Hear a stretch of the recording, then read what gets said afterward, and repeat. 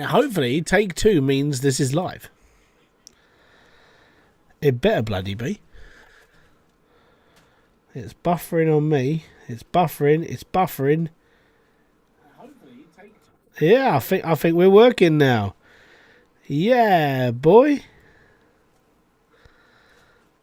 Alright. Are we good? I think we're good. Yeah, that was weird. I'm live. Yes, I am. I am live, David May. Yeah. So basically, what happened is I pushed the stream button and OBS crashed. So it's all good apparently. So in tonight's stream, after I was going through my build the other day, and I was like, okay, I think I've got a problem. And the problem is, if I want to go any bigger, it's going to start lagging. The reason why is because my conveyor belt is like from the bottom to the top, all the way to the harvester, which is going to be a major issue, like going forward. And the reason why it's going to be a major issue is because if I'm going to fill up all this bottom bit with all my drills and everything else, then I've got a problem incoming. It's going to be a holy crap issue, like with the lag and everything else. So this is what we've got to fix. So what I was planning is my little like tier 2 section here. I was planning to bring this up to a certain level, maybe only to about here, and building a sorting area to here. So I would literally just be sorting off like elements like the gold, silver, gold, iron and all the other stuff, and getting them smelted into an auto smelter. So then when I pull a lever up there, it will just activate. Basically what I've already done on my previous build when it came to like season 3, when I had a sorting plant for every area. That's what I want to do here. So that's going to be fun. And that's the plan. I can't really do anything else in the future now until this is actually sort of done, because it puts a hold on everything I'm going to be doing until this is sorted, because I don't really want this to like have a problem, which is what it's going to happen. The future idea is that I want to get like so much running that it just basically fills up the whole plot. That's the plan. And I might have to start doing some of that stuff away from the stream, because it's quite a lot of like an undertaking. But at the moment it's like, yeah, there we go. Anyways, how you doing? Yeah, Claws and spiky shark fin, how you doing? Also, have you noticed there's now a comma in the amounts money? So it's no longer just $499,650. We now have $499,650. Or coins, sorry. So it's actually got it there. It's like, yay, finally. I am 221,000 up on my 99999999999. And because there was a post on Reddit that popped up, and someone was like, well, all the coin values are this for all the gems. It's like, yeah, cheers for updating the info that we all knew like 4 years ago. And this guy like, maybe you shouldn't get so defensive. It's like, maybe you should put out the right information. So I actually did it, the unrefined and refined version of hardstone. It's like 6 coins for just one piece of hardstone that's at £1, and if you get a £1 block, it's like 8 coins, which isn't great. But diamond, if you get a £1 diamond, it's 250 coins. So it's the exact same price at the moment as onyx, which is weird because it's actually more common than onyx. So that's fine. You actually make more money from diamonds. And that's okay. Right, so now what I need to do now is I need to go and get my... Oh, I've just beached myself on the side of a volcano. So what I need to do now is I need to go down to the logic shop, unfortunately, and then I need to go and do some stuff. You aren't live on Twitch, by the way? Oh, really? Bummer. Start. I should be live on Twitch now. That is because I turned off my syncing option.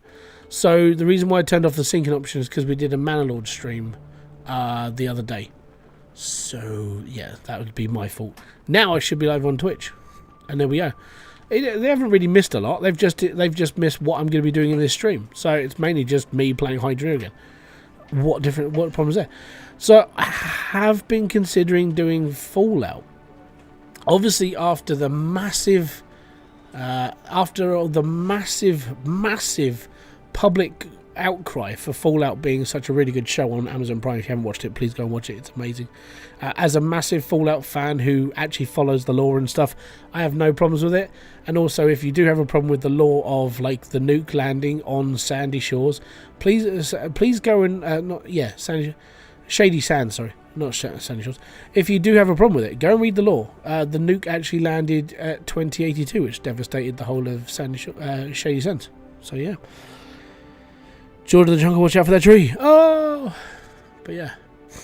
So yeah, I've been following all the lore updates and stuff on the TV show. I've enjoyed it myself. Got to be honest, it's been fantastic. I've liked the fact that I've actually watched the interviews with Todd Howard and a few other people, because they've been talking about their experience with the show and what it means to them and so on and so forth. And Todd Howard basically said that it wasn't really his call what happened to Shady Sands, but it does go in with the lore. There isn't a problem with it, and it actually follows the New Vegas timeline. So all the other people can just they could just read it, which they probably won't, and they'll just bitch and moan it, which is the joys of life. But there you go. So, but the reason why I'm looking into actually playing Fallout 4 on this channel is because there's going to be a massive update to Fallout 4. Like, big update. It's going to overhaul the graphics and everything. And I'm like, that's quite a big change. And the reason why this is going to happen is just because of, like, they're updating the whole thing. They just want to make the game actually a bit more stable, and maybe they might change it to be a little bit better. I don't know. That would be brilliant. But it does put a damper on Fallout London. Fallout London is no longer going to be out because it makes so Fallout 4 doesn't rule, and it sort of does but doesn't. I'll explain it from my point of view. So Fallout for me has always been a story-driven game, where, like, if you ever played the first or the second, it's very lore-thick. It's very stuck in a story of you've got to go off and do stuff. I felt that Fallout 4's story was more lackluster, mainly because it was just, oh, I need to go and find my son. I need to find my son. I need to find my son. I need to find my son. I need to find my son. I need to find my... And it was just like, shut the fuck up and just play the game. So for me, Fallout is like, I really want to, like... all I want to do is go out and explore the wastelands and build stuff and be happy, and that was all good. Do you own Fallout 4? I own all of it. I am one of those. I'm going to show you. I am a sad Fallout fan. The only one I don't own, and I don't really want to own it because it's crap, is the Brotherhood of Steel game, and it was just absolutely garbage. So this is how much of a fan of Fallout I am. By the way, I own all these on console as well. Where's my display? You should be a display. That's strange. Huh. That's really odd. Okay, that one? Not that one. That one. Yes, okay, this one. So let me just click on here and let me load this, and then we'll close this. So I am this sad, right? By the way, yeah, that's why Fallout 4 is now canned. Fallout 4 London is canned; it's never coming out because of the massive graphic change. So I own Fallout, Fallout 2, Fallout 3 Game of the Year Edition, Fallout 4, Fallout 76, Fallout 76 Public Server Test, Fallout New Vegas, and Fallout Tactics. I own all the Fallouts. I am that much of a saddo. I also, in the background, you probably won't see him, but I have a sentry bot as one of my pop figures because I love Fallout. Fallout is like, it was a big thing for me. I grew up on Fallout. It comes from, like, when I was a child, like late 90s. Yeah, I now follow Tim Kaine on YouTube, and Tim Kaine was one of the original developers at Obsidian who built Fallout. I have been listening to him as almost like a podcast. I've been listening to his experiences and so on and so forth. I've also been listening to his views on the actual TV show, and he loves it. So if one of the original creators of Fallout loves the show, then they didn't really do anything bad. It's only the people who are just, they haven't followed the timeline, or they have followed the timeline, but they're not a real big fan of how things have happened. They're the only ones that have really got an issue with it all. Everyone else is actually happy, which is, I find, very strange. But yeah, so I own them all. Yeah. Oh no, I've owned them all for years. So I've owned them. I've owned Fallout 76 since launch, even though it wasn't the greatest of games back then. It was still, I got to be honest, I actually liked it because even though it had the Bethesda bugs and the crap in it, and it felt empty. That's how it was supposed to have felt. I think this is what a lot of people are not like grasping too much. When it comes down to like walking out the vault for the first time after like the world has been decimated of nuclear warheads and stuff, it's going to be very empty. And genuinely, when I played Fallout 76, I actually didn't mind the emptiness, because that's what it was almost supposed to feel like. And then obviously as times goes on, like, and the game's actually been developed, there are more NPCs walking around, there is more happening now in the world, which is quite nice. And even the communities that have been built up around the 76 universe, actually it's not bad. So yeah, I mean, I don't know, for me, it's just people are a little bit, I don't know, I'd find them a little bit annoying at some points, because you're always, apparently everyone's supposed to have the same sort of like idea as everybody else, but for me, I actually don't mind Fallout 76. It's not the best of their games, but it's all good. You know, I've had it since for long. And the thing is I've played, when it came to Fallout 1, 2 and 3, I bought those on the Bethesda server, but then Bethesda integrated into Steam. So I was able to port all my Fallout stuff over to Steam as well. So that's where I got them all from. I bought them all originally on Bethesda. It was fun. It was all good. Right, I'm going to need cables. I've got a few, but I haven't got a lot. You know, actually, I should set these up first, and then we'll build... I need to buy conveyor belts. Right, we'll leave you there. I need to go and buy conveyors. We'll be fine.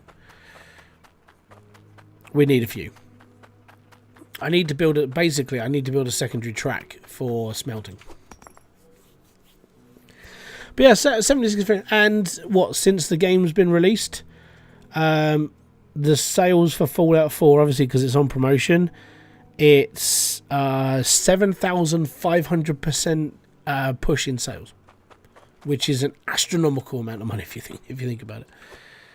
Cheers, Hybridsteel, caught one of the streams. Yeah, I'm here. It's all good. But yeah, so I'm thinking of covering Fallout 4 when it gets updated, mainly because I want to see like how the graphics have changed. I want to see like the differences and how things are rolling, basically. Do you favourite melee or gun in Fallout? I favourite the hunting rifle because you can upgrade it quite well, and it works in quite a lot of different situations. And then if you get too close, it's definitely the pump action shotgun. Just me though. And then obviously like later on when you're up against like death claws, laser weapons, and nukes and so on and so forth, it's all right. You know, but that's just me. But yeah, I was really apprehensive about actually playing Fallout 4 on this channel, mainly because of like the crossover between like playing like Hydroneer and sim games, and then going into like Fallout, which is a completely different thing in itself. So I didn't know what people would react like, and that does come down to like YouTuber paranoia. It's like, how is it going to go with the crowd? You know, is it going to be okay? Planet Ethereal has challenged claws to a duel with a buying of... Oh, really? Oh, dear. Handbags at dawn, then, ladies.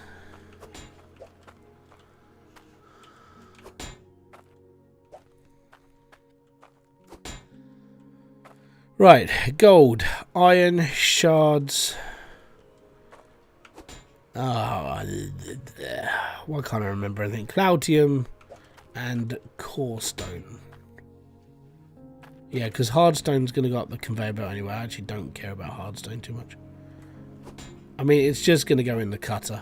It's fine. Gems are going to go in the cutter. Claus has declined the duel. Oh, fair enough.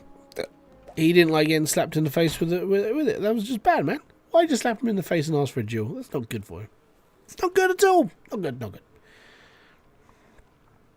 Anyways, so, but yeah, that's the plan, and I think moving forward, the thing is I do want to start playing different games on here. I like still playing the automation games, and I still enjoy doing certain things, but I gotta be honest, like, it's in the back of my head. It's like, I could play this, I could play that, but who will watch that? That's the big question. And I know a lot of you have basically said it doesn't matter what I play, people are going to watch anyway. And I get that, it's fine. But it is just my paranoia. It's like, really? Maybe we'll have to see.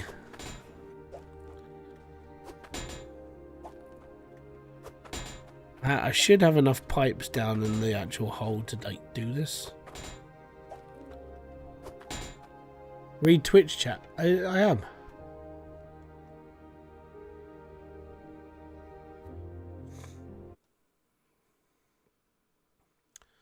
The opening part of the Boomfall.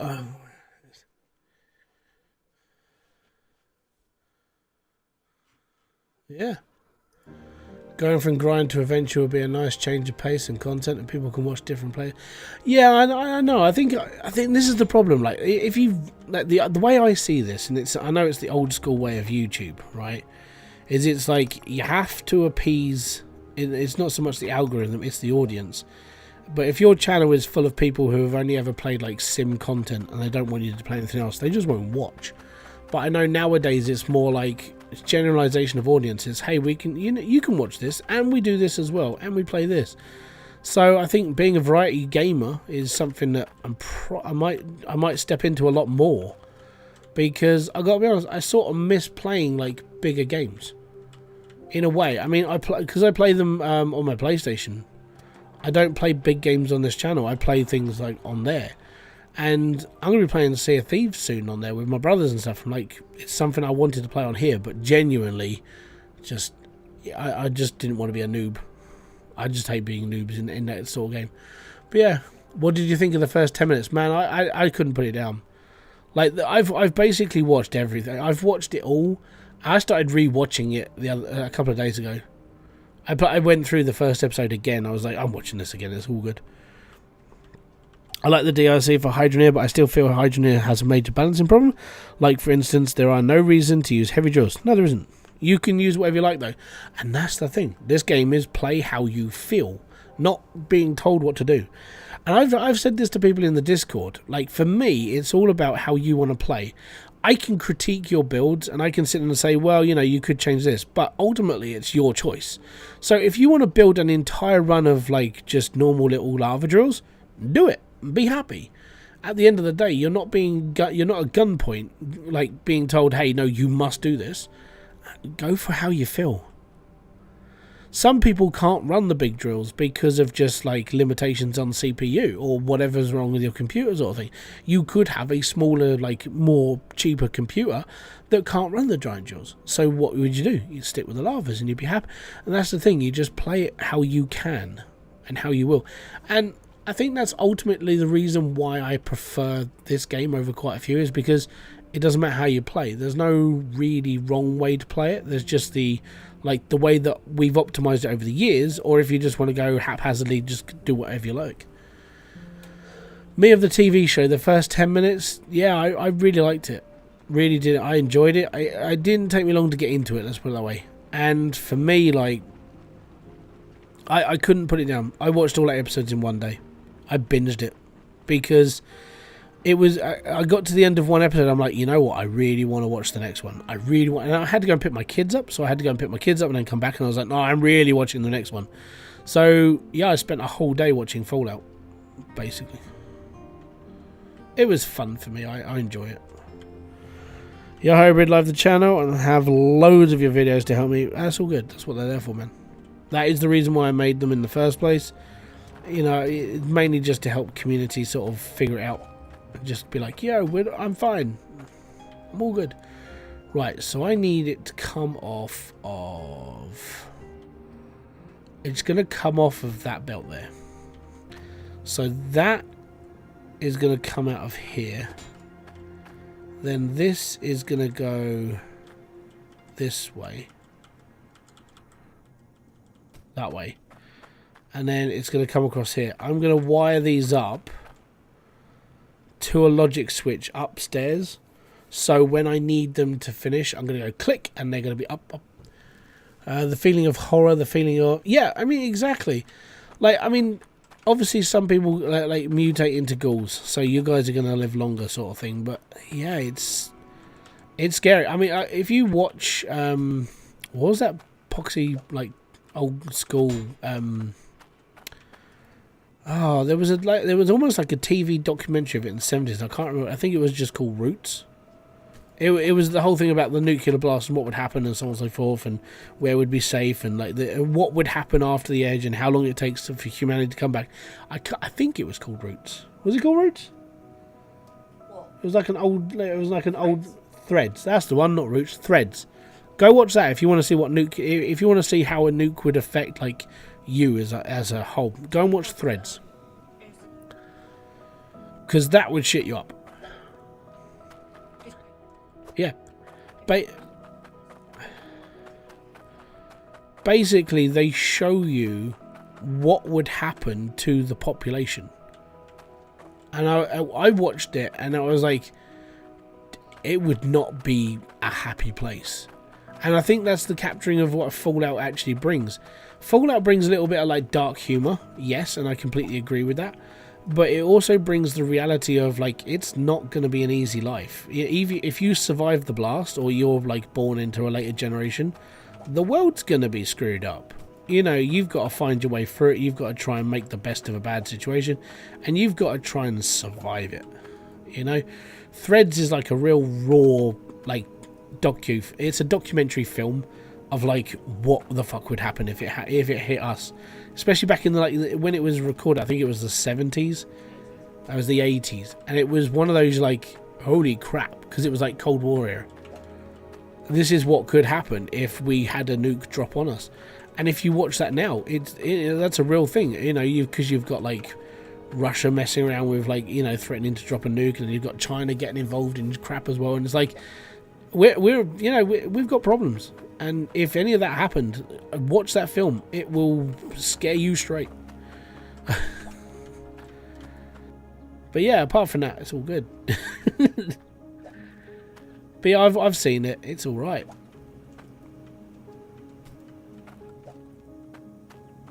But yeah, Fallout as a TV show, Fallout as a game, man, I was happy with it.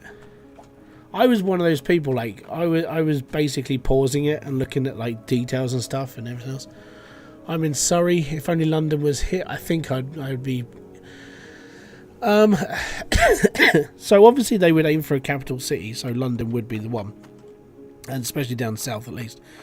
And yeah, I think where I live would be okay, because I think I'm within that sort of like range of I'll be fine, but it would still be like, it's not going to be a pleasant time. That's the major issue. It's still going to be like a real problem. But yeah, and you just gotta just be roll with the punches and just hope you get through it. That is the major issue with it all. Right, so I've got to do this so I can get this conveyor belt up there.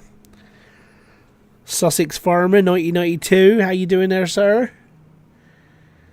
Right.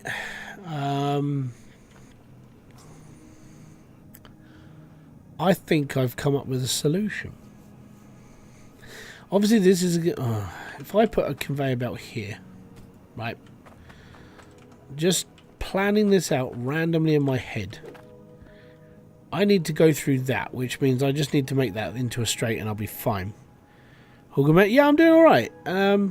Yeah, just sort of working on future-proofing this build, which is fun and games. So I need to drop these belts down, or not belts, these pipes down, so they're not going to interact with this conveyor belt. Let me just go and get a corner pipe. I mean, technically I should be running my build, so I'm earning off this. Actually, that should be a good thing. I should be earning off this as well at the same time. It's not going to get worse. It will just get a little bit like jittery every now and then when there's too much going through. But we're not taking really majorly anything apart just yet.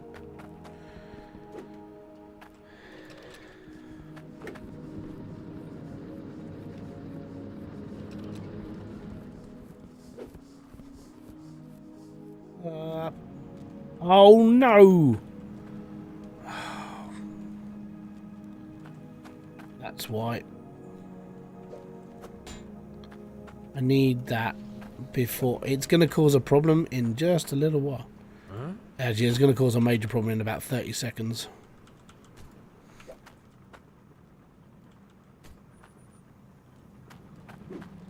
There we go. Okay, that's fine.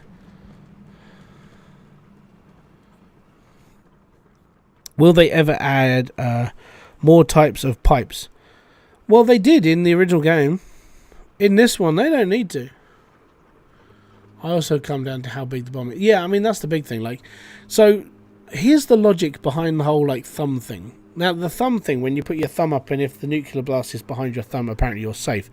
There's a couple of videos to prove that that was actually misinformation. They put it in the TV show because it sort of fits what's going on in the TV show. But there is a video that basically proves it doesn't matter how big the explosion is by your thumb, because it goes by how big the bomb is. But then you could be standing like 1,000 miles away, and that could still be bigger than your thumb, and all of a sudden you're still in the bad area, apparently. But that rumour, that whole like, if the nuclear blast is behind your thumb, was created by a troll on Reddit. And even the person who thought up the character of Vault Boy basically said that when he's got his thumb up, it basically is because he's got a sunny disposition, and like Vault Boy is like the positive out of everything. It's like, doesn't matter how bad the world is, I'm still positive. Thumbs up. That's where that all comes from.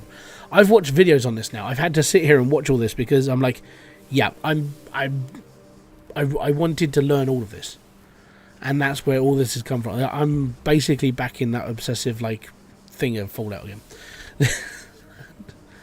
All fun and games for a super fan. It's fine.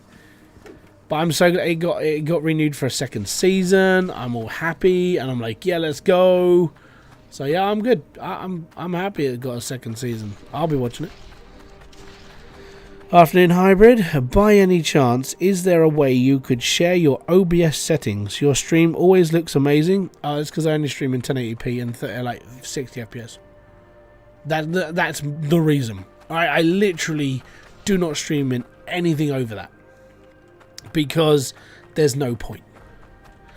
If I had a reason for like streaming in anything else, it would basically be, I mean, the thing is Twitch only operates at 6,000 bitrate, so my bitrate on Twitch is 5,000. My bitrate on YouTube is 10,000, and then after that is like, is there much point in going higher? No, there's not, and there's no point. You also need a good PC. I have a mid-tier PC at best, right?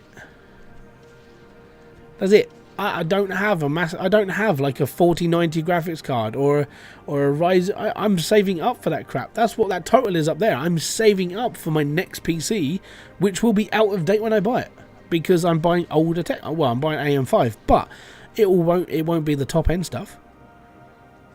Yeah, no, I don't own an amazingly giant PC or anything. I'm a poor person.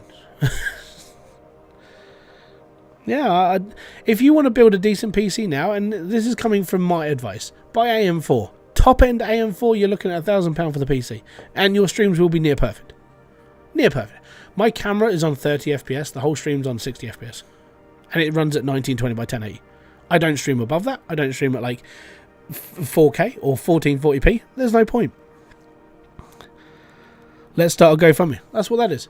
If you donate to the link in the description box, the first one where it says donate to Hybridsteel, all that money goes towards that total. And that total is how much people have helped me with my PC. So I am so thankful for everybody. It's not a GoFundMe, but it's close. I run all my gaming for Geo. Yeah, there's your problem. I don't use laptops. Mate, laptops are... Yeah, laptops seem to be a bit of a curse. 20k subs, yeah, exactly. So this is what I've said to people. Yeah, so Woolsey, here's the thing. If every single person who subscribed to this channel paid 99 cents a month to this channel, 99 cents, right? So that's 25 cents a week. I would be a full-time YouTuber, a full-time person who could actually afford to supply for his family, who wouldn't have to do anything else. That's how much that would mean. Like just $1 from everybody. That's literally it. But it doesn't always happen, especially because like most of my subscribers are pretty dormant, which is a bit of a shame.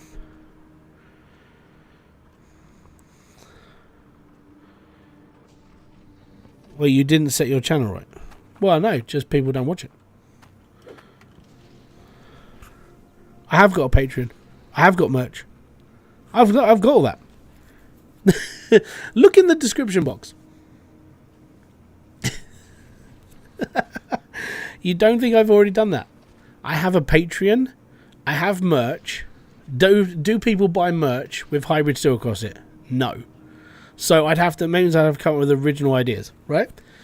I have a Patreon because my account, when my channel got hacked, I set up that Patreon as a, guys, if I can't get my channel back, this is literally it.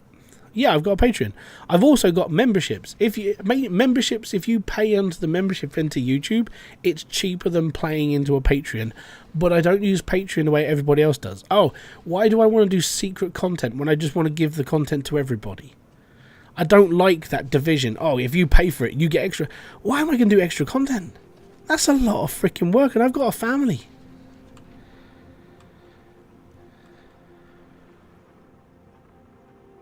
No, I don't. That's the thing. I don't collab. I am basically a gamer who just shares his life on stream and plays games. I don't need to do all that other stuff. If you have to go down that route of trying to sell your soul so people can pay you more money, that's just no point. How much longer will the stream be? 11:30, so about 2 hours. Have you got any dogs and cats? No, I have kids. I don't need dogs and cats. I have 2 children who run around this house and run rampant. Yeah. And I'm a full-time carer as well.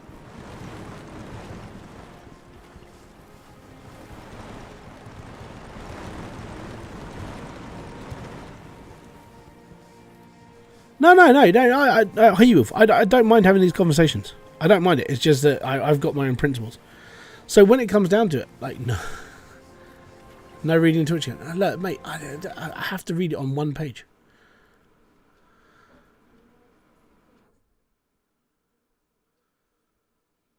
Is Max working on the item get stuck on the splitters? That may have actually been fixed. I don't know. There wasn't. I think there was an update come through. But yeah, this isn't getting stuck for me right now, and this was a major problem for me. Like, if you watch my last stream towards the end, it's like, yeah, what is tier 3 store? Can you show me? Tier 3 store is the tier 3 tools, so the purple rated tools that can go through tier 2 dirt. A canister that basically allows you to use on the Thor tank, and a few other bits and pieces. And the nuke is in there as well. No, so when it comes to, I don't mind talking about all this, but when it comes down to, like, your build looks so amazing. No, this is an easy build. Complicated is like adding like logic to everything and making everything. No, it doesn't work for me. Well, it's not complicated.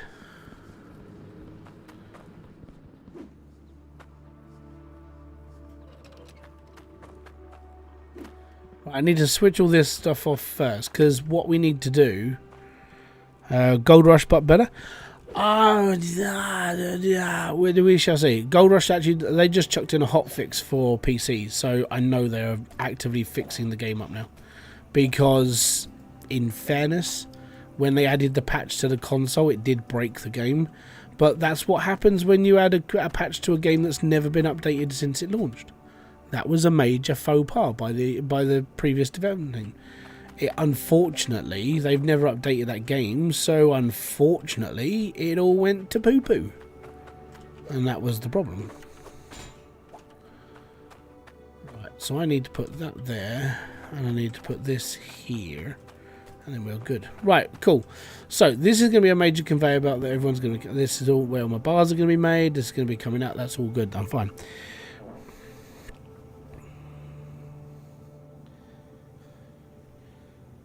Yeah, well, the new name is because the contract finished with Discovery Channel. So they had to change the name. Because it can't be called Gold Rush if a contract finishes.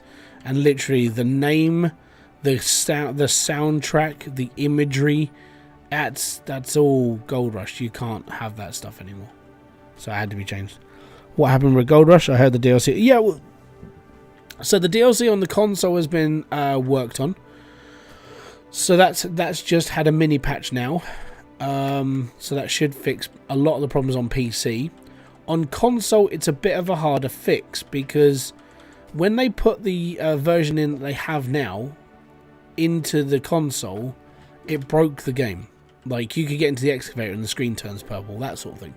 And the reason why this happens is because the game's never been updated on console since it was put onto console. So, unfortunately, yes, the game got broke.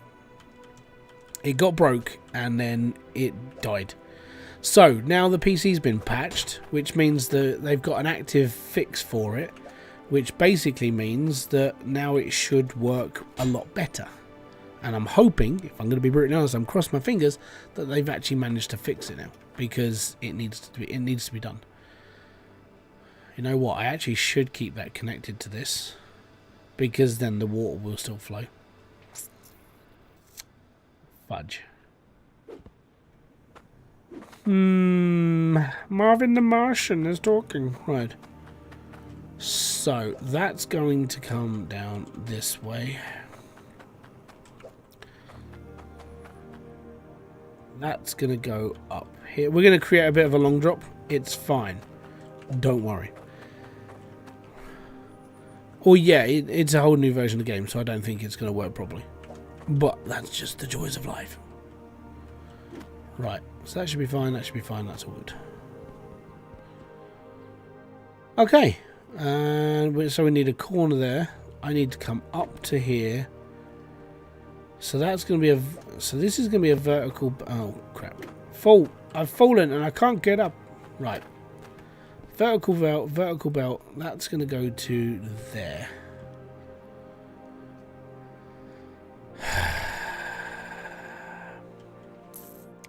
I'm going to have to move my stairs. I don't want to move my stairs. I don't want to move anything. The reason why I don't want to move anything is because it's all in the places I kept. It was fine.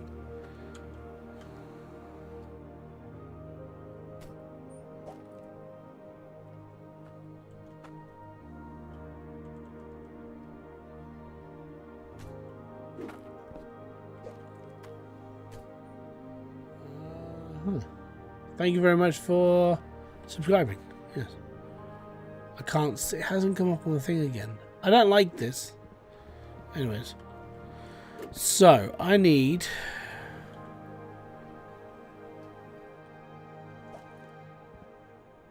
So, I'm going to need a corner belt there. I think I might have one or two just left upstairs. We've got to go and check. So the reason why I'm doing all this now is because I don't want to mess this up later on. Because later on it's going to be like horrible. And when the lag happens, it happens a lot. So I'd rather try and get everything like smelted off before it happens. Oh, that's not good. It's the wrong side. It's the wrong side belt. Right, so that's a right conveyor. I don't think I've got any more lefties. I think I might have to go and buy some lefties. Huh? Huh? Is that a lefty? That's a lefty. Cool. Bosh.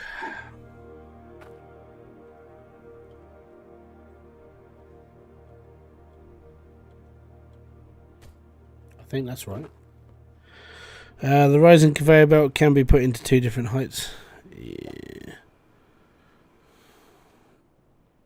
I need it there, I think. Oh no, I actually need it like there. So that's where I need the conveyor belt. That's fun. Huh?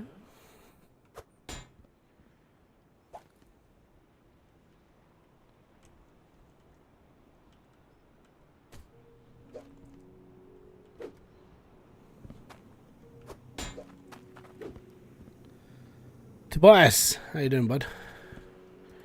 Right, so that's going to go there. I need that corner piece again. We are building... I am messing around with my conveyor belts. Because I am silly. And it needs to be done.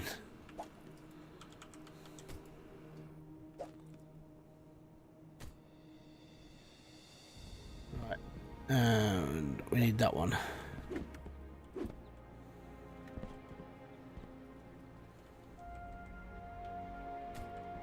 Cool, cool, and cool. Right. So now the corner can go there, which is where it needs to go. This one can go there, which is where that needs to go. I just watched your video about scraps in Car Mechanic Simulator. Thank you very much for watching it. Most appreciated. Just got to see if Chris has typed to me. Don't think the fix Hybridsteel last update was the 15th. And I had the jam up today. Well, I had the jam up the other day. And I don't know. I mean, it's working for me right now. I say right now because it could break and I don't know. And I'm like, when it comes to it, like these things happen. It just, unfortunately, it just happens a lot.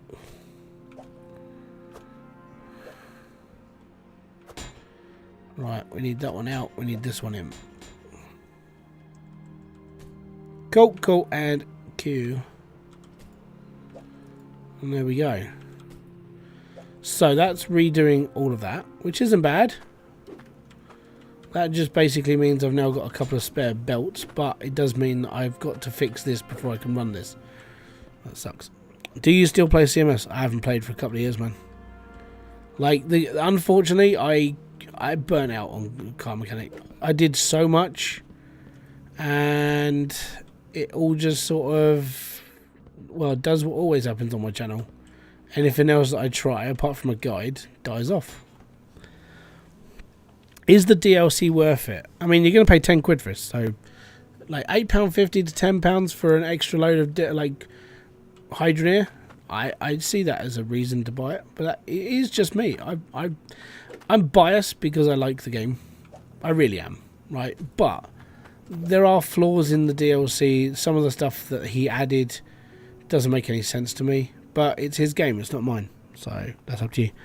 You can still make this work just since set up the belt. Yeah, I know, that's what I'm doing. What do you think of Factorio? Factorio is an amazing game if you have the time and the patience to play it, because you will spend a lot of time running around and you will spend a lot of time messing about. But in all, yes, it's a positive game. It's a good game. Makes you think a bit. It's massive. It's good. And you get a lot of money. You get a lot of game for your money. You really do. It's a big game. Right, I need to take this and we need to go and buy some more conveyor belts. I need to take my money and take it upstairs. I'm going to take this conveyor. I'm going to take this sled upstairs. What do you say to those who ask why not play Satisfactory instead of Hydroneer? I'm actually going to play Satisfactory. I'm waiting for 1.0 to come out.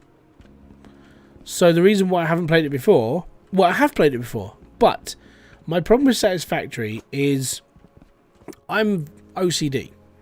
Like this, in fairness, I'm self-diagnosed OCD because after playing games like this, I have tendencies that have to be like things are done, and that basically works on you've got certain triggers in your brain, things have to work, and that's me. That's why things are done the way I do them. I don't care what other people say.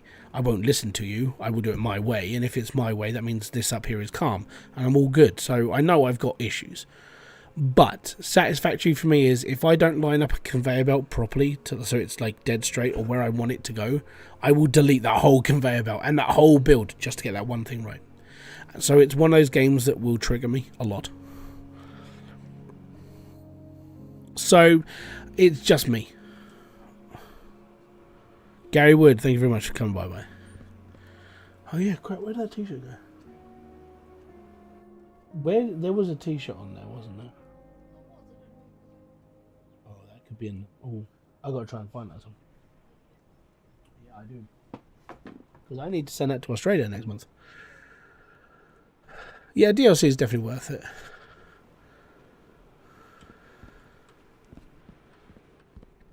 Right, so I need to get down there. I need to pick up some conveyor belts. So we need a. Have fun, drop by, and I'm like, yeah, thank you very much for coming by, John. It's much appreciated. Boom to you, sir. It's alright, buddy. I got more DLC hours than base game. So this is coming from somebody who's played the game for like 4 years. Alright, I prefer the base game. The main reason why I prefer the base game is the variety. So you have got your tier 1, tier 2 and tier 3 setups. You've got different types of pipes. You've got different... And generally by the time you're finished, it all looks pretty cool. Underground mine. And I mean, the way I build, I tend to have this way of building certain ways of certain things, and it actually looks all cool. When it comes to the DLC, I feel like it's a little bit more of a cut back version. Whereas it doesn't feel like there's as much in the game. So if you prefer something that's a bit more sort of full, then you would play the original. If you want to play something that's a little bit stripped back, but at the same time it's really good, the base game's alright. Did you use mods to mine the hole? No, never. I used the roller. I did that as a video. If you look at, I did a video on the roller. If you go and no, not the roller. Yeah, it was. No, I did a video on all the plots. I cut every single one, like every single plot in this game is all cut out with the roller. I did every single one of it. It took me 18 hours. And I sat here, and by the end of it, my brain had melted. I was like, I can't do this anymore. I'm literally going to fucking die.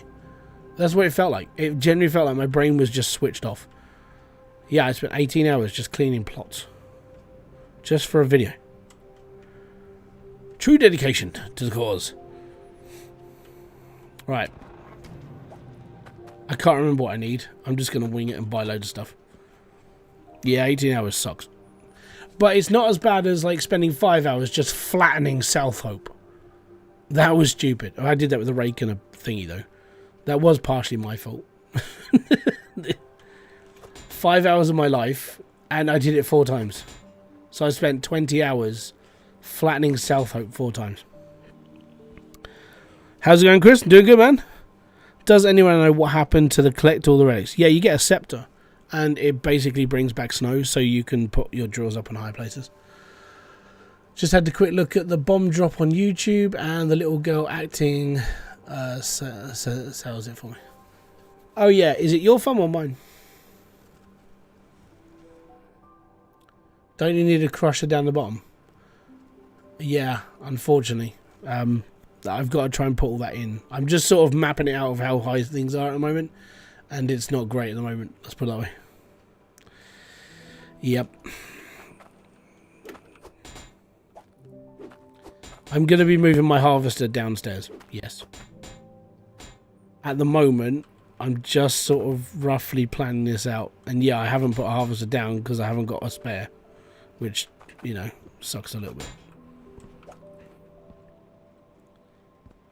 So yeah, I'm going to have to make a little bit of room. Like 9 squares by 9 squares. I'm going to have to raise some belts up. I'm going to be doing this. I watched all this series in 2 days. What, all the Hydroneer stuff or Fallout?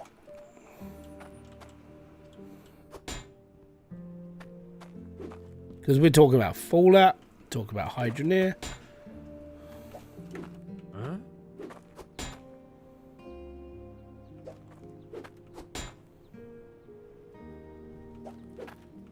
I think that's going to be enough. Huh? Huh? Huh? Huh? There we are.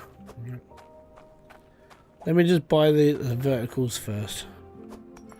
Oh, the whole series of Hydroneer. Wow. Yeah, I did like 30 hours of streaming. Fair play to you. Huh? Huh? Well, thank you very much for watching. Most appreciated.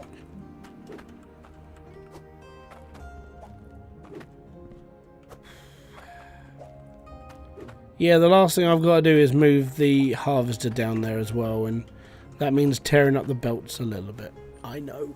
And it's going to be horrible. It really is. It's not going to be a nice experience. It's not going to be nice at all. It's not going to be the best way. I just don't know what I've got to do. But you know, it's going to be the best. When it's done, don't worry about it.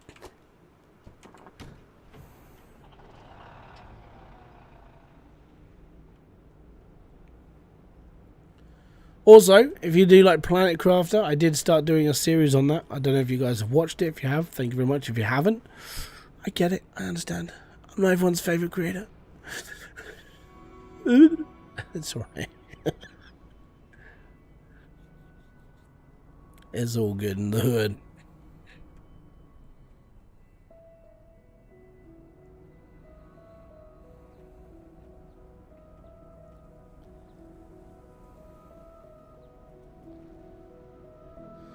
Right.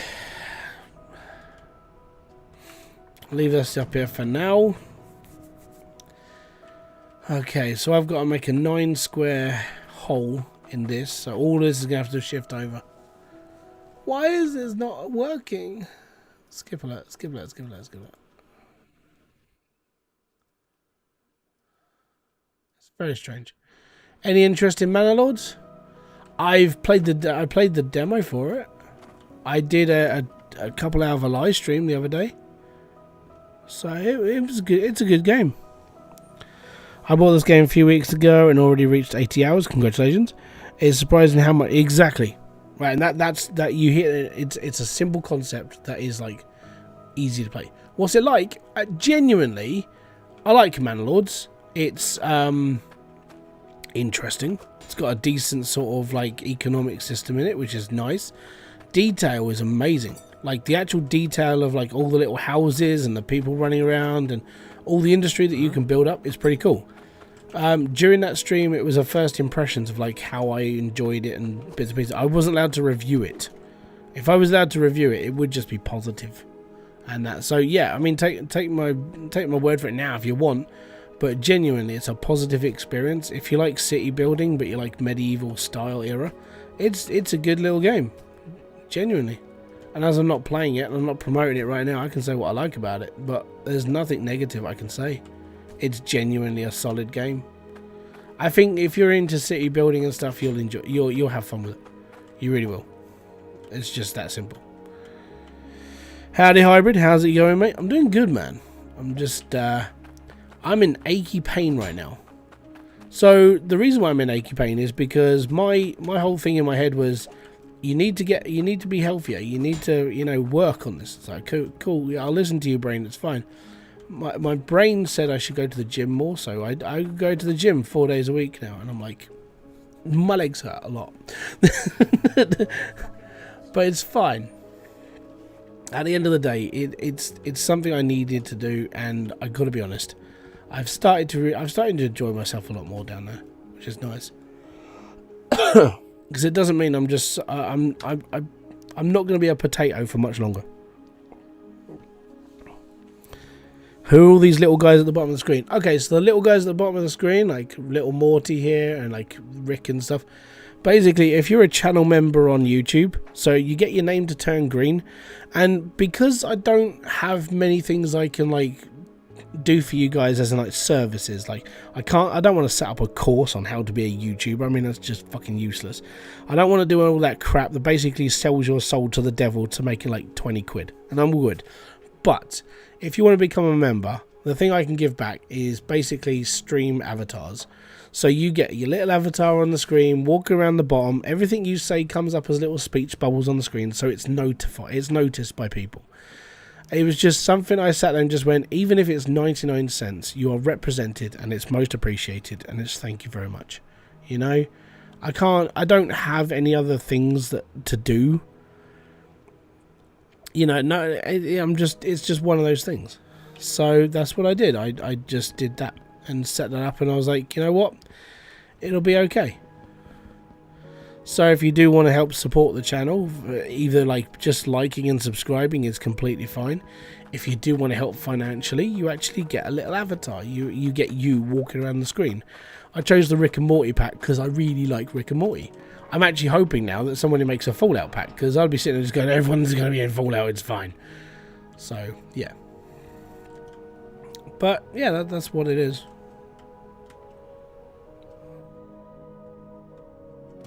I landed on a harvester. Not a harvester.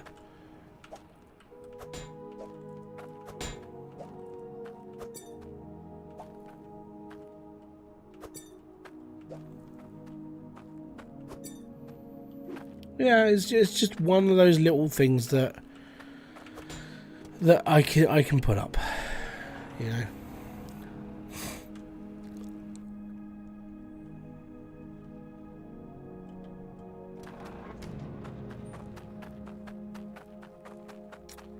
What are you doing down here?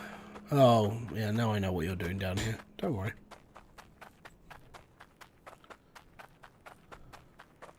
You're waiting for Foundry in a few weeks. Same, man. I'm actually looking forward to... that'll be something I really go into. Because I think Foundry is going to be the next sort of big automation game that I want to play. And I think it's going to be something cool. I think it's going to be... Yeah, I think it's going to be alright.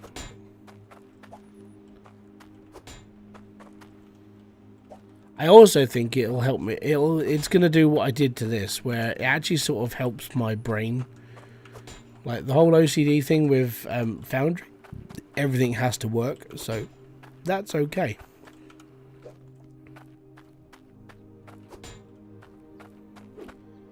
Right, let's try and get this show on the road. First off, I need a lefty conveyor belt,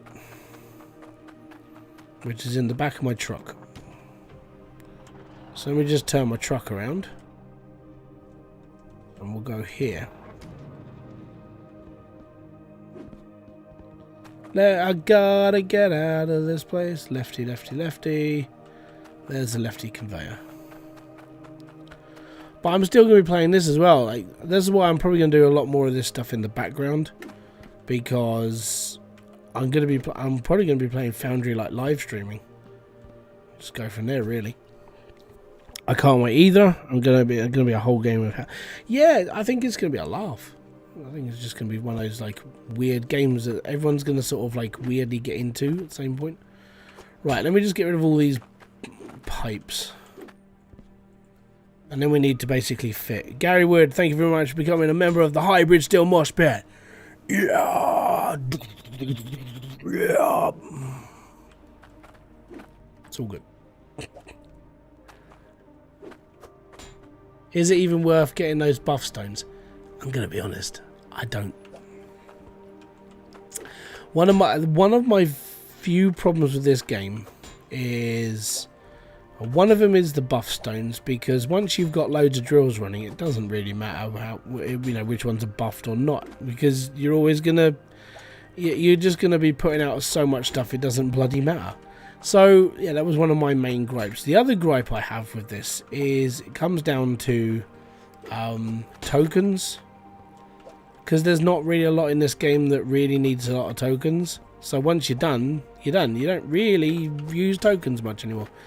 Another one would be the ticket office and tickets in general, because if you're anything like me, you'll only use it once and then you'll never use it again. And the reason why you'll never use it again is because you bought all the vehicles and you bought them all back in one go, so you never have to bother. And it's like, why am I doing this then? Exactly. And that's my big problem. There are issues that I have with this game, and this is why I actually do prefer the original, because there's not as many things in it that don't make sense. So farming, even if you don't like it, it's there, but it does make sense. People want food, you're a food supplier, congratulations, you now run a basically pay and go restaurant and you're the travelling salesman, and that's all good. That's fine. When it comes down to I don't know, mining and stuff, it's all good. You got tokens that you're going to be using on your pipe work for core stone. You've got all these reasons to have all that stuff, and that's fine. But then when it comes down to, like, I don't know, some, in this, like the auto miners, I don't know why I need them, because I already earn enough money to, like, pull them out, like, to do all the elements and stuff. So why do I need an auto miner when I can just go, hey, I'm just going to collect this nugget and I'm fine? The bonus part of Foundry for me is it's also co-op. I'm not really worried about the co-op, but you know my policies on like co-ops and bits and pieces. It doesn't really like resonate with me too much, but I'm all glad it's in there for all the people out there who actually want to play co-op. You're not going to hear anything bad from me about it. It's all good. So yeah, I prefer, again, it's why I prefer the base game over this version, because I gotta be honest, some of it just doesn't make sense. But that's my verdict on it. You don't have to follow me. I'd actually prefer it if people came up with their own reasons why they don't have certain things or why they don't use certain things. I mean, I am just a simple moron who plays this game. I enjoy this game, yes. Do I agree with everything in this game? No.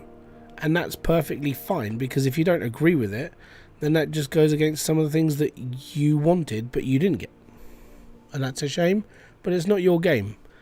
And I had to say this to a couple of people when there were people criticising Max or like the crew for Code Horizon or any other games, basically, when people are just getting on the high horse like, oh, why is this in the game? Why are they doing this? This is a bullshit choice, blah, blah. So if you don't like it, you go and spend loads of money, you go and build your own game, spend all that time creating it, and then someone else is going to have a go at you because multiplayer's not in it. Have fun with that, because That's one thing I don't want to deal with. I don't want to deal with like half the gaming world, because half of the gaming world are just you see them on Facebook and you see them on different reviewing pages and everything else. Most of them don't even really know what they want in life. They don't even know what they want in a video game, and they're constantly bitching and barraging about like well, why can't we have this? Build your own fucking game. It's that simple. So that's why I get really annoyed with it. So yeah, okay, there's things in this game that I don't like. I'm not going to sit there and parade my opinion around on one. I'm going to talk about it, but it's not my game. And I don't have the intelligence, and I definitely don't have the money to be able to start my own studio and build a computer game. Max did. He built his game on his own, in his, I think it was in his bedroom. I can't remember. But he had the intelligence to do it. I don't. So if Max chooses to put something into a game, I'm going to have an opinion on it, but he did it. It's not my game.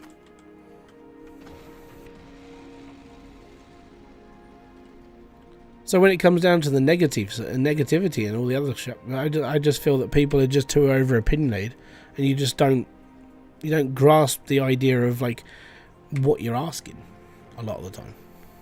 I know that's going to annoy people, but like I said, if you don't like it, build your own game. 'Tis that simple. Okay, that's not supposed to be doing that. Cool. Right, rotate. Which way around do we want us? We want this. Ooh.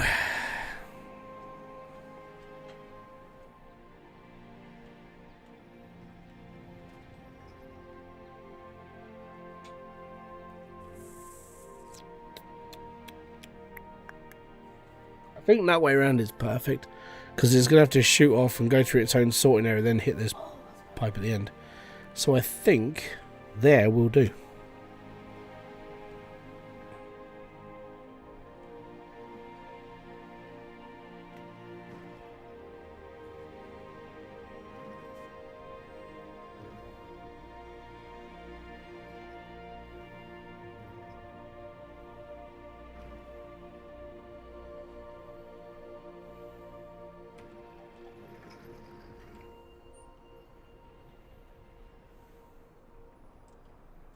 I know I've got to fill it up with lava.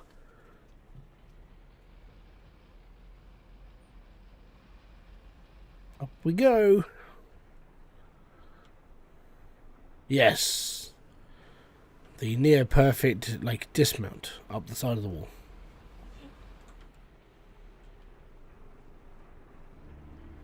Right, let me just pop this down, because I need to refuel it.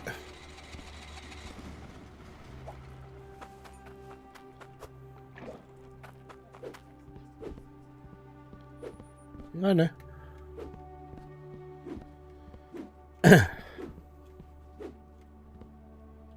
That didn't work.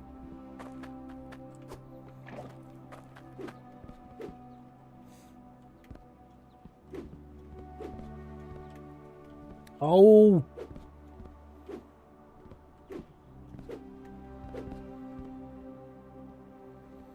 Why is this a thing? I'm at an angle, yes, but that really shouldn't be a problem. Apparently, that's a problem. Why is my crane out?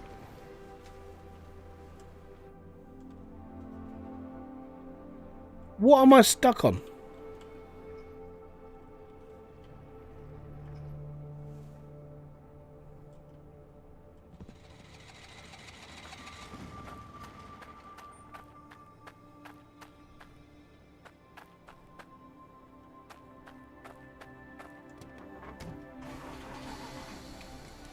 What game am I looking forward to playing? I'm looking forward to playing Foundry. Oh my god, I think I found a bug where the pan has locked me in place.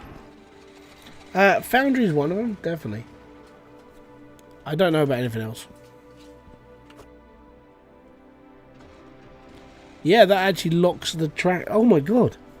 So if you put a pan in the middle of your truck, well, your tower like this, you lock it in place. Wow. How did that get past QA? Well, I didn't try it, that's why. Have you beaten Hydroneer? I haven't played Hydroneer.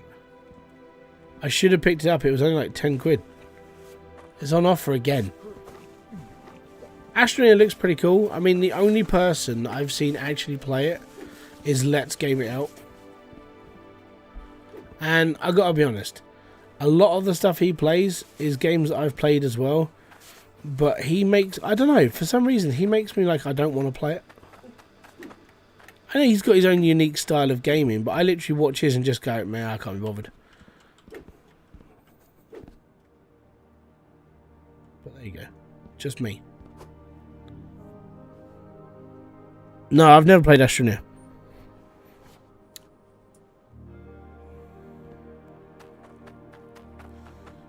I played a lot of this, though. That's about it. Okay, cool. Right, so let's get all this hooked in, shall we? Astro Colony, yes. He was a beta tester. That doesn't matter. Who? Let's Game Out. That doesn't surprise me.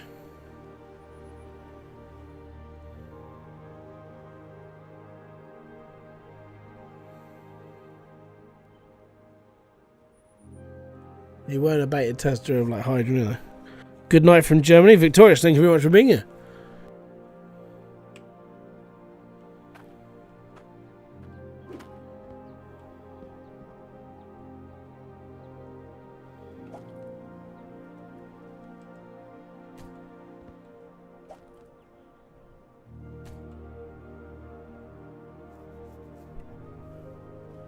Right. Did I actually play? Is this placed or is it just...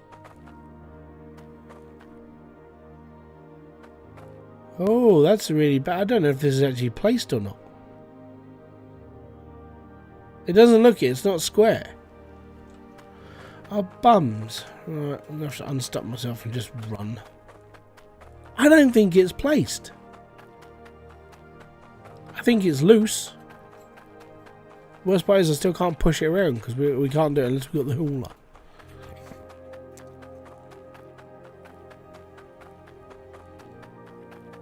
I've done beta testing for some games. I beta tested Planet Crafter. That was a pretty cool one. I've beta tested this. I beta tested Astro Colony. That was fun. I actually didn't mind doing that.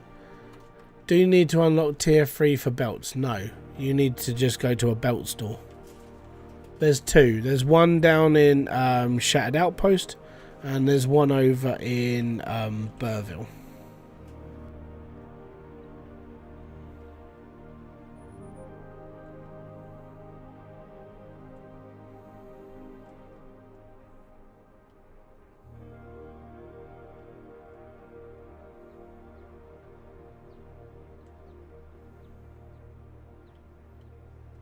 Right, I need to squeeze this in here. It's tight like a tiger. It really is. Right. Okay. I think we're close enough. Yeah, it wasn't down. It wasn't down, Charlie Brown. Right, wrong way, wrong way. We need to go back like one square. Hydroneer is honestly a great game. I have about 2.5 hours. I'm still trying to figure out how to get an automated setup. Trevin, I have an entire series on YouTube about how to play this game with as much information as I could put out as possible. So if you've got the time and you've got your questions, I could explain bits of it to you now, but I don't want to treat you like an idiot. But there are videos as well that you can watch that basically show you how everything works, if that does help.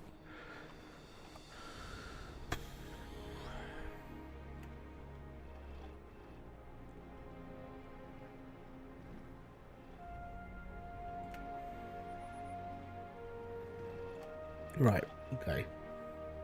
It's doing that thing where it looks like it wants to stick to something. Just that super glue.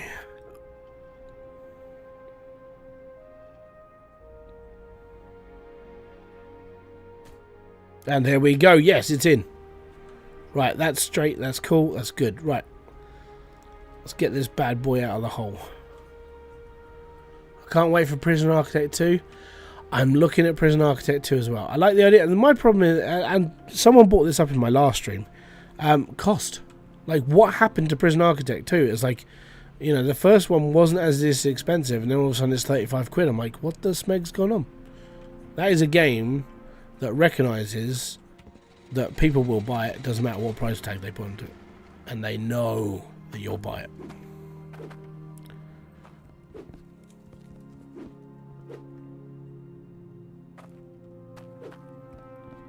Okie dokie. Right, so we had this problem last time. I'm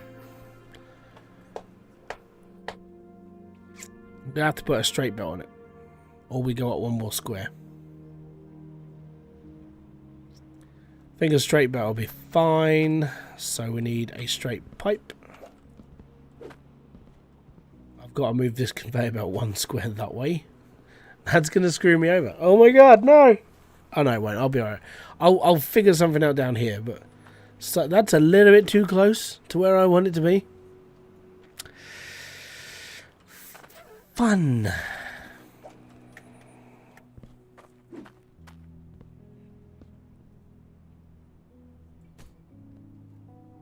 That should be okay. Right, next.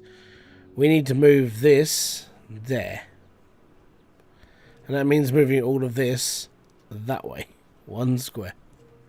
And that means moving all of my lava pipes. Because that conveyor belt has to be there. Cheese man. Cheese man. Cheese.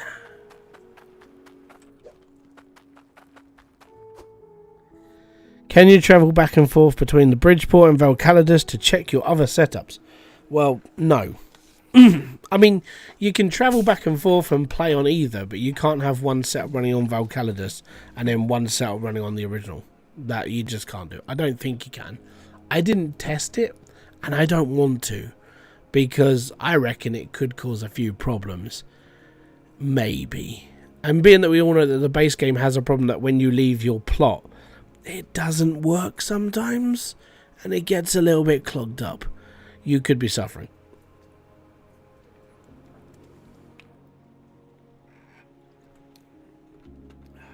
Not a problem, Trevor.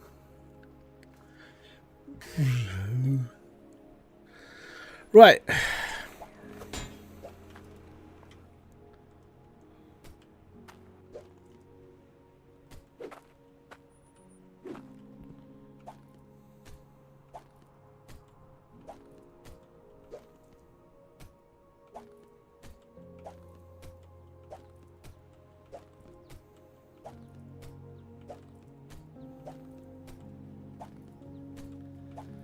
So yeah, don't forget, if you are enjoying this live stream or all the stuff that I do on this channel or anything else, whatever, hit that like, subscribe and notifications button below for all other updates, because without you, this channel would just, actually it would be about the same as it is now, just not as many people liking it.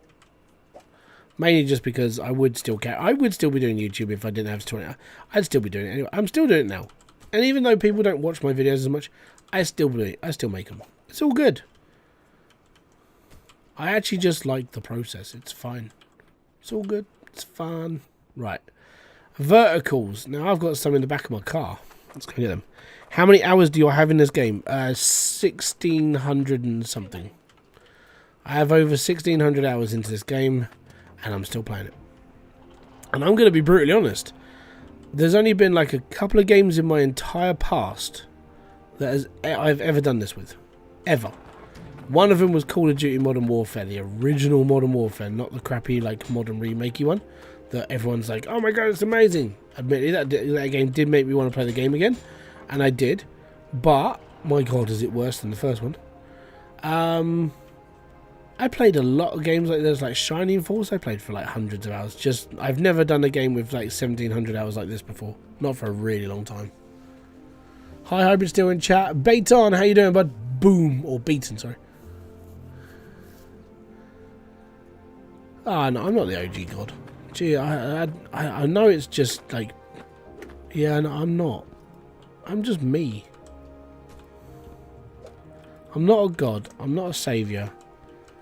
I am a person who makes videos of something I find fun. And that's basically it. And has it helped me? Yeah, it has.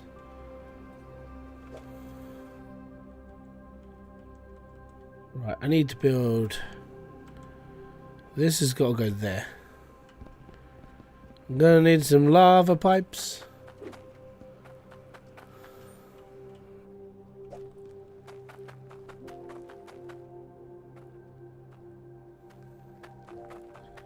Have you played Satisfactory? Yes. And I will play Satisfactory when 1.0 drops.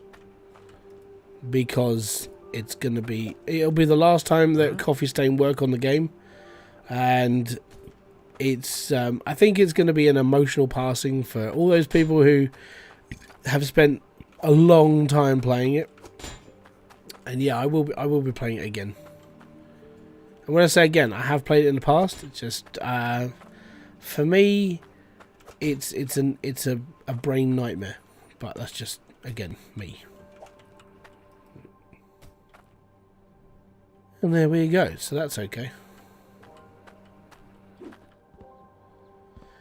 Right, I need another vertical. Another vertical. There we go. And then we need another vertical. Do you have any advice on putting serious hours into a game like this? I have all the attention... so this is the problem. Attention span is something you need to have. Like, the reason why I played this game for so long was because I was making content. And it was because I was making videos. And I wanted to basically discover everything about the game. I wanted to tear it apart. I wanted to see if things could break. And I think I succeeded in doing all that. You know, I think even though like a lot of my videos were literally like trying to teach people how to play the game, which I really enjoy doing. You know, I don't mind talking to people how to play the game and so on and so forth, and it's just one of those things. But in order to put that much time into a game, you need a reason to do it. Not just like, oh, I'm going to play this game for like 5,000 hours. The reason for playing it, like, are you going to finish the game? Are you going to build a tutorial? Are you going to give your review of it so it's an honest opinion? Are you going to sit there and help the developer test? Which is kind of where I fell in. So for me, I kind of fell into just being a bog standard person who wanted to make videos about the game to sort of helping the community find bugs and everything else.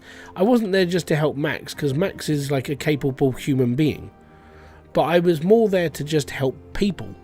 So my reason for making the content I've done over the time and everything else is literally because I felt like the game needed a guide. It needed somebody to actually like build all this in the early stages. Like nowadays, like Itchy's like Wikipedia that he built Bridgeport is amazing.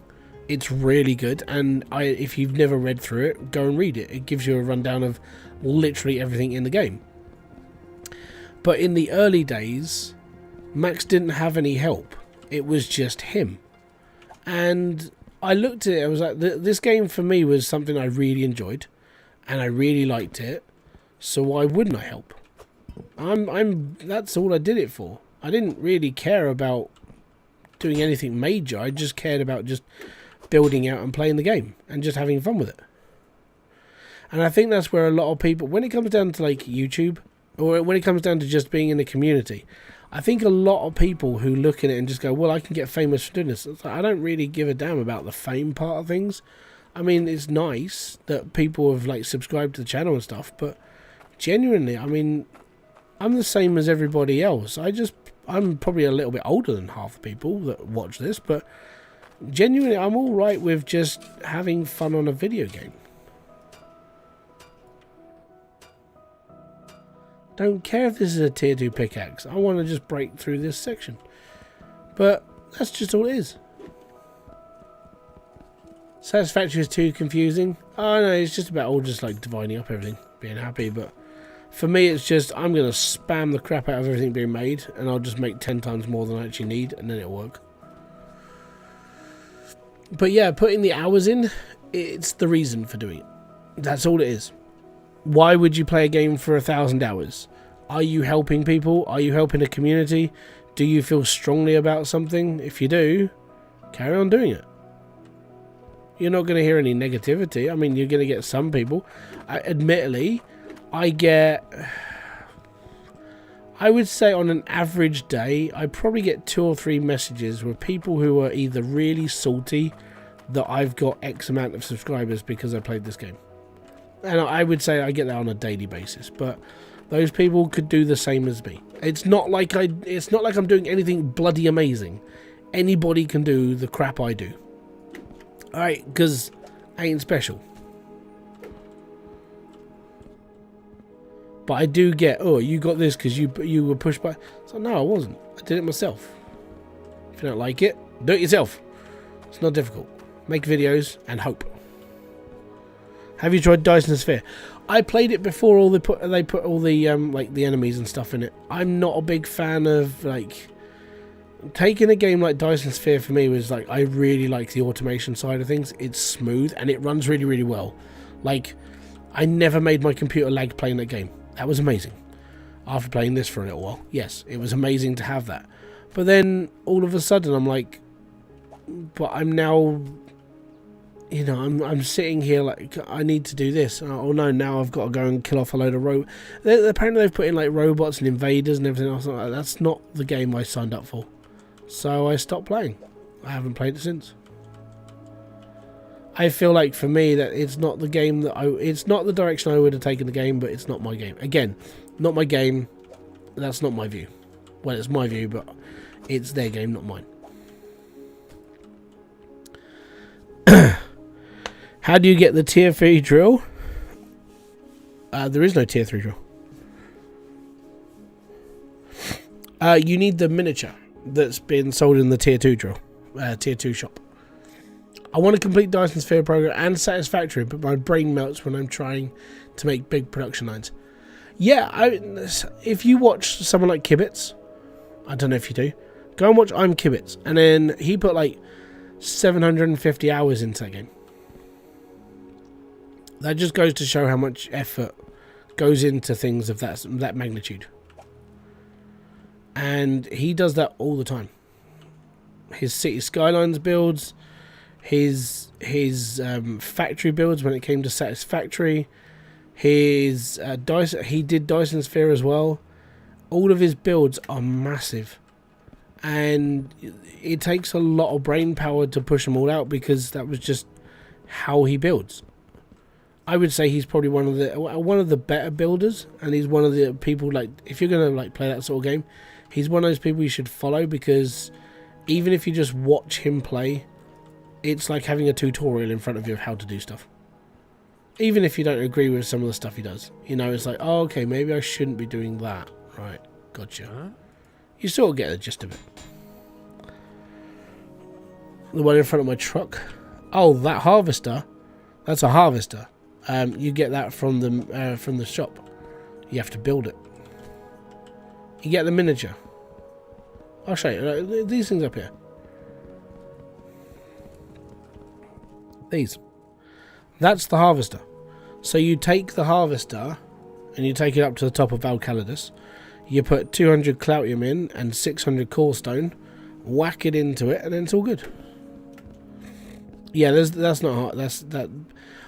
I'm doing this because if I start putting more and more drills down here, the lag is going to get ridiculous. So I need the production line down here, and then I want to pull a lever for everything else. But it's lit. I'm going to be doing this tomorrow as well. I know I will. Right, so that is the main conveyor belt section completed. I'll leave these down here for now, just in case I do need them, because I'm going to have to go up 2 floors to put stuff into my smelters. It's going to get a little bit compact down here, but we should be okay. Should. We'll be fine. Just about, maybe. We'll see.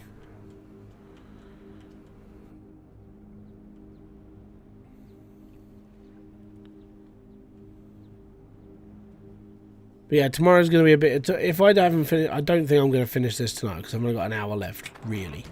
But I need to basically take all this apart. So I need to take apart this one here.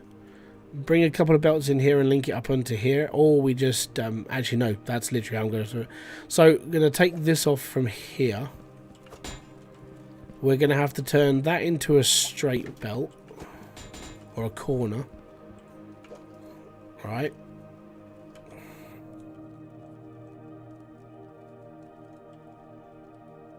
Oh, that's a T-pipe. Right, okay. We don't need a T-pipe. We need a corner. And that's going to go there. Right. And then what's going to happen here is we're going to take this down. We're going to pop this here. And then all of that becomes null and void and we don't need it anymore. Basically.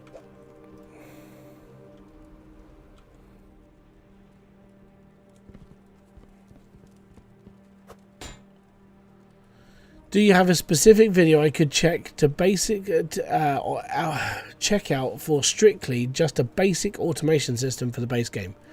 Basic automation, you need a drill that fires into a harvester, and you need like a couple of saws, and you'll be fine. Is Planet Crafter worth 14 quid? Yes. I have played Planet Crafter since it was on beta. So I've been playing beta. I've been playing on and off Planet Crafter for 3 years. Yeah, I think it's been 3 years. And with the stuff they've added into the game, even in late game stages when you got the procedurally generated ships and like biomes and stuff, and now creating animals, yes, it's definitely worth it. It will keep you going. You'll get your money's worth out of that. I mean, you're going to play that game for more than 14 hours. To put this into perspective, that video I launched today. My first week in Planet Crafting, that took me 2 hours to record. So it was a 2 hour recording session, and that video is 22 minutes long.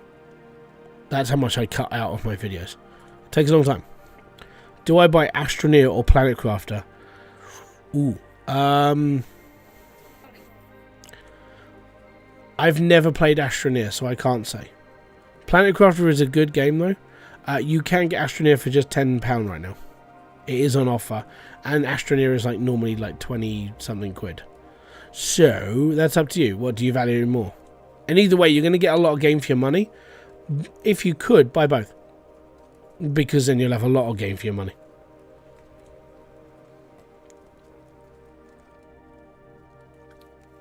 What I like about Planet Crafter more is the endorphin rush. And I can call it that because that's what it is.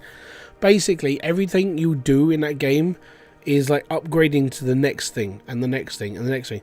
It's like modern day tech when you get a text message from anybody and you're sitting there going, "Oh, my phone's going."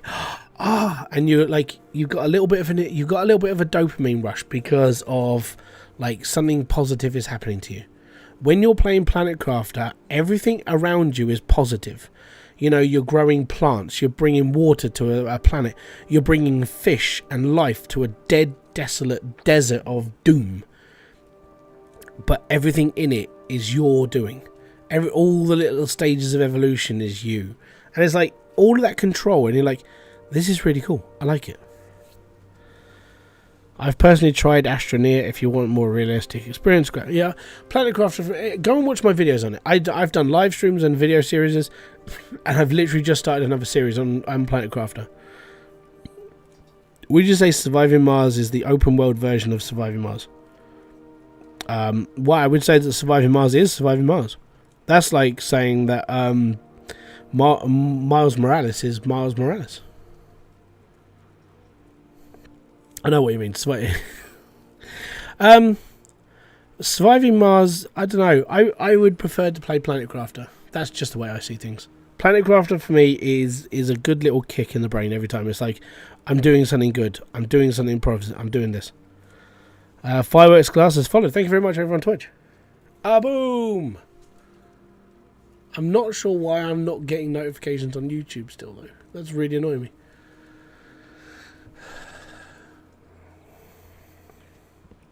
Anyways, back to the grind. I now need I need to sort this. This I need to hook up to this. That's going to be fun. So I do need a T-pipe, but I don't know if I've got a T-pipe. This is all straights. Bums. Actually, I probably do have a spare T-pipe upstairs. Not here, just upstairs. I do, yes. You're coming with me.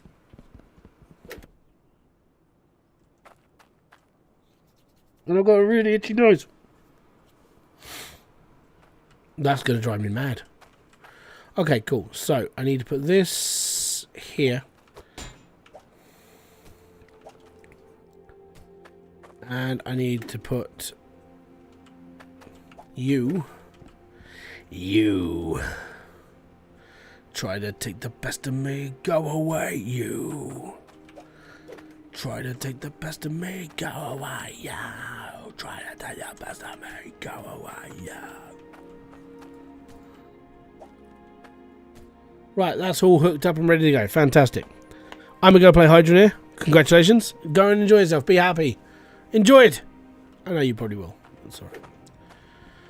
Okay, so this is going to produce water, which all has to be hooked up to my main pipes. Now, in order for it to change it up to my main pipes, it's going to have to hook this line, because this line is going to be attached to everything. I think. Maybe. We'll have to see how things go.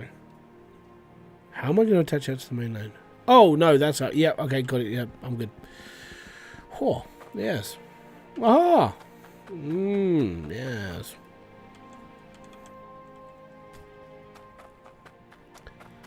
I also have 3 large drills with a feeding into 1 harvester. That's okay. I've got all this feeding into this harvester. So you're on the right track. Don't worry. I can't really say much negative about it because that's literally how you play the game. Right. I need this and to go there. And then what I need to do is I need to put like steps go up and onto this belt. Yes. Maybe. Might have to move this. No, we'll be alright. None have a debuff, and I use buff stones. I don't use buff stones. I can't be bothered. Hydroneer DLC worth it? Yes. I think I've been through this today already. But yes, Hydroneer DLC is worth it. It's basically more Hydroneer. If you like Hydroneer, you'll like this DLC. That's how I've been advocating it, because if you played the original, you'll be fine. If you didn't play it, then I don't know. I can't really help you after that. Honestly, it would be worth it to use the buff stones for the half. No, I can't even bother to do that. Why do you want it? So this is the thing that gets me. And I mean, to a point, right? Yes, the buff stones are good if you don't really want to build big. So if you only want to build like a small setup, like you want a couple of these drills, a couple of that drills, and be happy with a little build, you're fine. That's perfect. Buff stones, for me, because I want to build big, what's that going to achieve for me? Nothing. That's just a lot of faffing around when I can build standard drills and just have lots of them. So it's fine. Is there any way to put your stream into mini player? I'd love to watch while playing Hydroneer.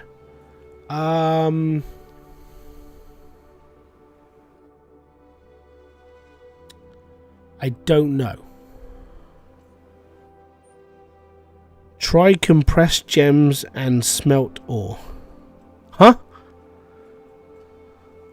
What you talking about, Willis?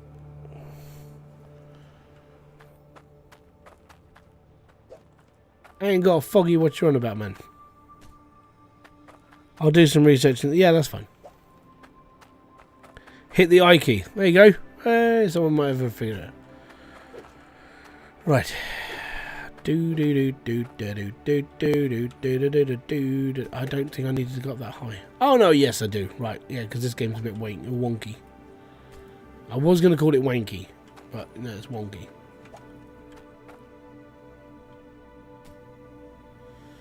To reduce lag. Oh, I know. Right, in order to reduce lag, I'm turning this area down to my smelting area. My smelting pit used to be upstairs. I got lucky with my first harvest and I got a 3-star nug site. That's cool, man. That's good. You got lucky. That's nice. I did all the buff stuff in 7 stones. because I got lucky. I didn't need a debuff or a buff or anything.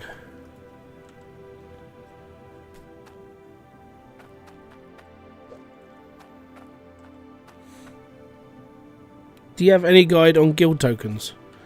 You don't really need a guide on guild tokens. Basically, do jobs for people, get guild tokens, go spend in the shop. It's like a kid in a candy shop.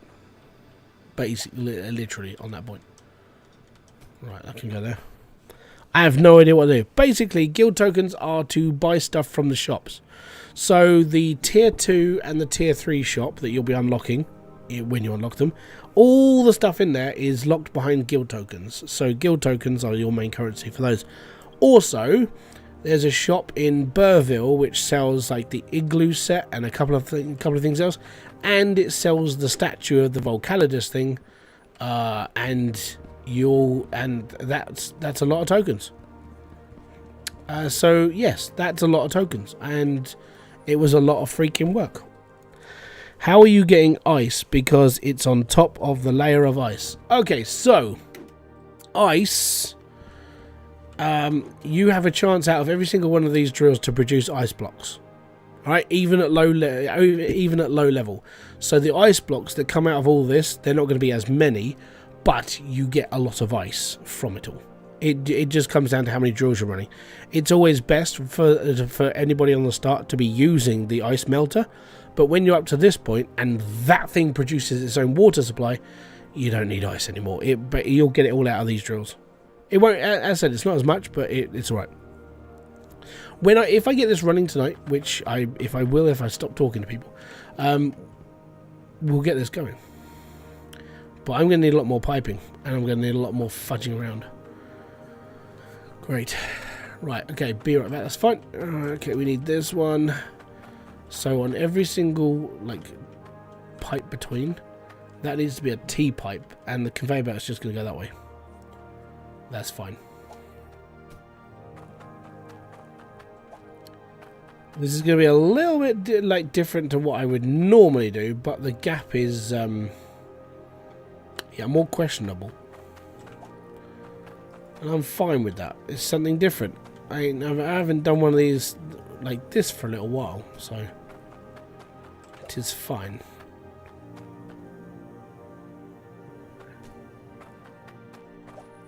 So that's going to be going there. That's fine, and then we need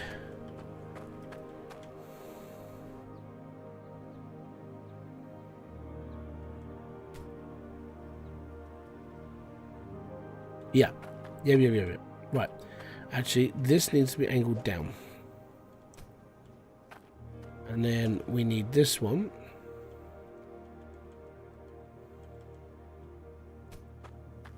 That's fine.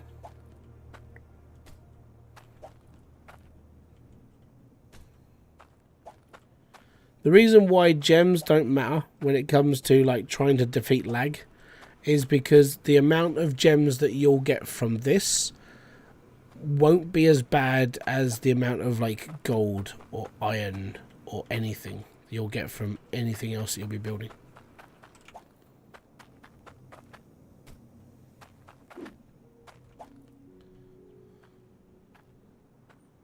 So that's why when it comes to gem compression and stuff, I don't really care about it. I've done this a few times before. I did this on my Season 3 build, where I built a stop-off point, but my gems were unable to cut the conveyor belts.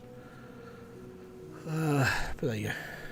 Right, I actually need to build it need to go there. Need to go there. When this is done, I think this might actually look a bit cool as well. Huh?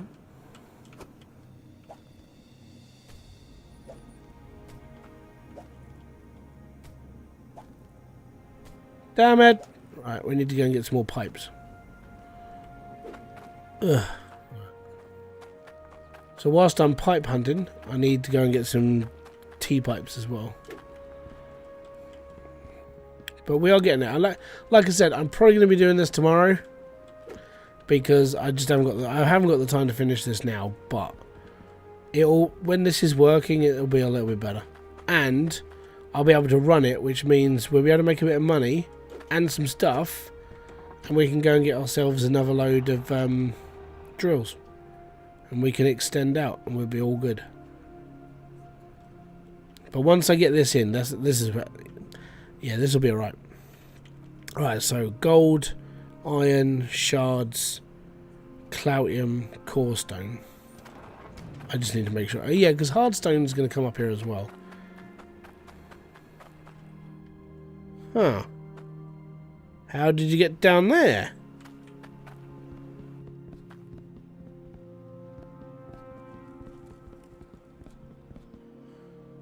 One, two, three, four, five. Yeah, that's cool. We're good. Right.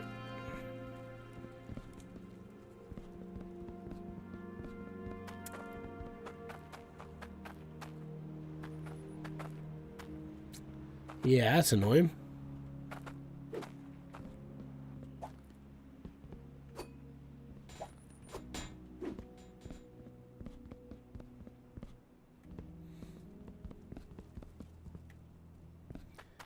Right, to my truck, and we're going to get some stuff.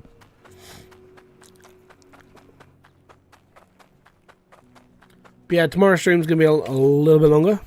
Do gold bars sell for more than gold ore? Yes. So the more you refine it, the better the payoff. So if you go for like 100 weight gold bar, 100 weight gold dagger, 100 weight gold axe, and 100 weight gold sword, you'll make more money off the sword because it took more bars to refine it. Even if you use the same amount of gold in every single one of those creations, the sword will be worth more because it just takes a little bit longer. So yes, you will get more out of it. This is there an artifact in Waterside Claim? Yes, it's down the bottom. Like most of the artifacts are tier 2 and below. Basically, I don't know why it keeps telling me to do links on the stream element. The thingy.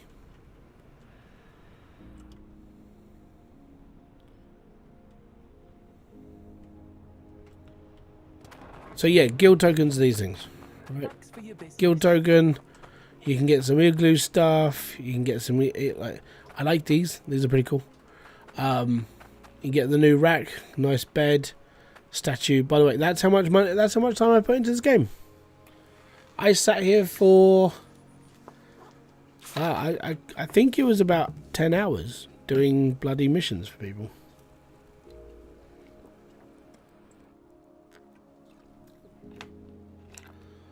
How do I get an exactly 200 weight? You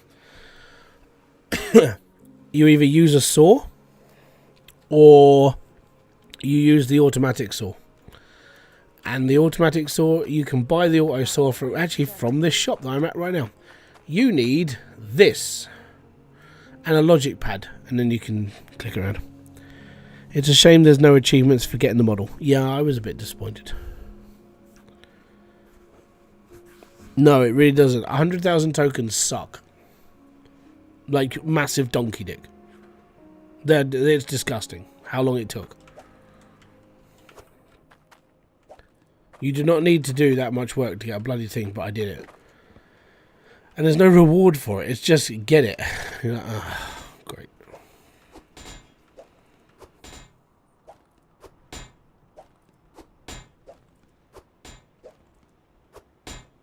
I don't know how many of these I actually need. I'm just buying stuff right now.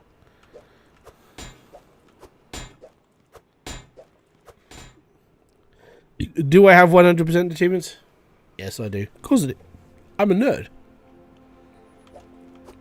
Is this a game I really like? Yes. Is it a game I'm known for? Yes. So I'm definitely going to get 100% on it. Okay, so I have to show you this because this is how much of a nerd I am for this game.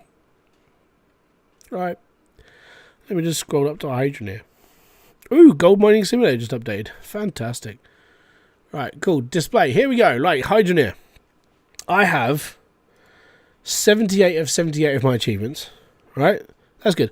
I have nearly 1,600 hours. I've got 1,534, but it hasn't updated since like I started playing today. So, I've done all the achievements. I also have all of the trading cards. Right? But I am a weirdo. So, I bought all the trading cards for this game. And I bought the shiny versions of the achievement of this card as well. So you can see in the background, I bought the shinies of all the cards. I'm not going to sell them on the market. I don't want to sell. No. There was a problem. Oh no. Do you have to buy them? Yeah, you have to buy them with real money. Would you play a VR Hydroneer? I think I'd be sick. So I never did this, and I never did this because I couldn't be bothered. I don't want to craft the badges, because to craft the badges you have to get rid of these, and I don't want to do it. And I'm all good. So yeah, I got the shiny versions and the normal versions. I've got all my achievements in the game. I'm all good. It's fine.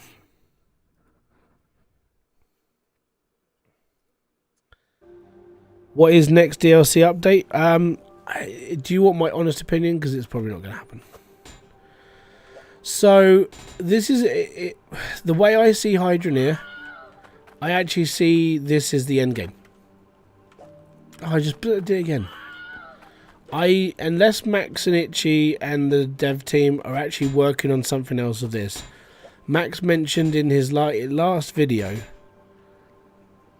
what's your stream level? I don't know. I don't really care. I play games. So the way I see Hydroneer is we've spent 4 years playing the game, testing it. Max has been building it, and it's all good, right? That's fine. Does it work? Yes. Is the game basically finished? Yes. In Max's latest video on Foulball Hangover, did he mention that he will probably be wanting to play a different type of... Did he say that he was going to try and build a different game? Yes. So I don't think there's going to be anything else for Hydroneer. That's just the way I read it, though. Total hard. In order for you to actually do a jump, you need to become a member on the stream. So the characters down there are people who are members of the channel, and they're like, you know, you can become a member for just 99 cents, and you can have your own little avatar walk around on the bottom. If you have one badge, you can always see the artwork in the game. If you have 5 badges, they stay lit. I'm all good. But yeah, the badge, the whole like Steam thing, I don't know. For me, Steam is like, I find a lot of it a waste of time and money. Like this. Well, I'm level 29, right? This is me.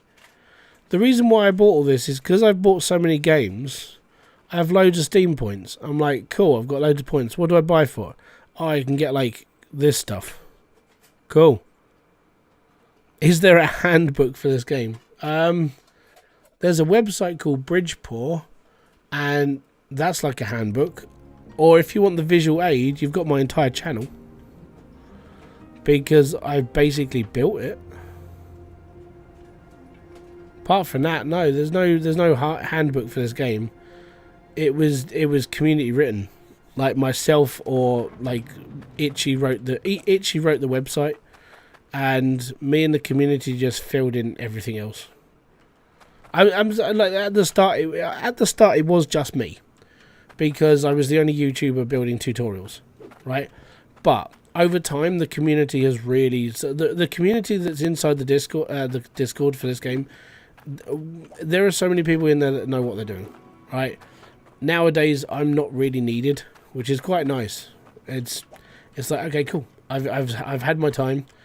I've taught most of what I know about the game to the people who will just carry it on, and that's fine.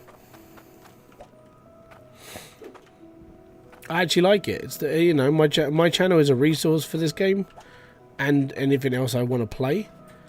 But at the start, there wasn't anybody else doing it. I got 10,000 coins and I moved to a big plot. That's exactly what I did. I did not want to stay on the start. I wanted to keep going.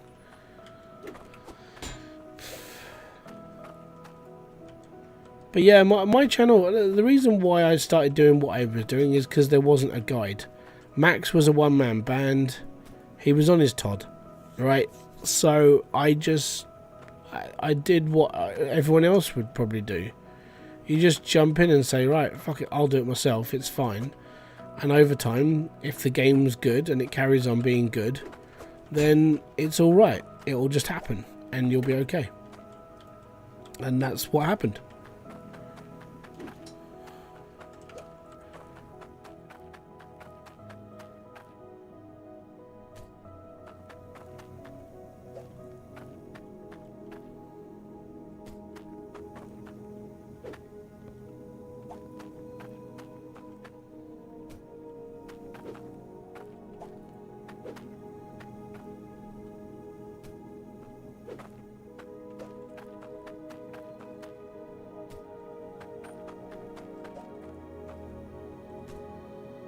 Right, we need a lot of conveyor belts now.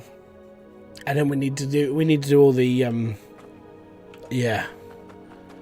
We need to do all the wiring tomorrow. Wiring's gonna be fun. Actually, no, I have all these conveyor belts. We can put those in.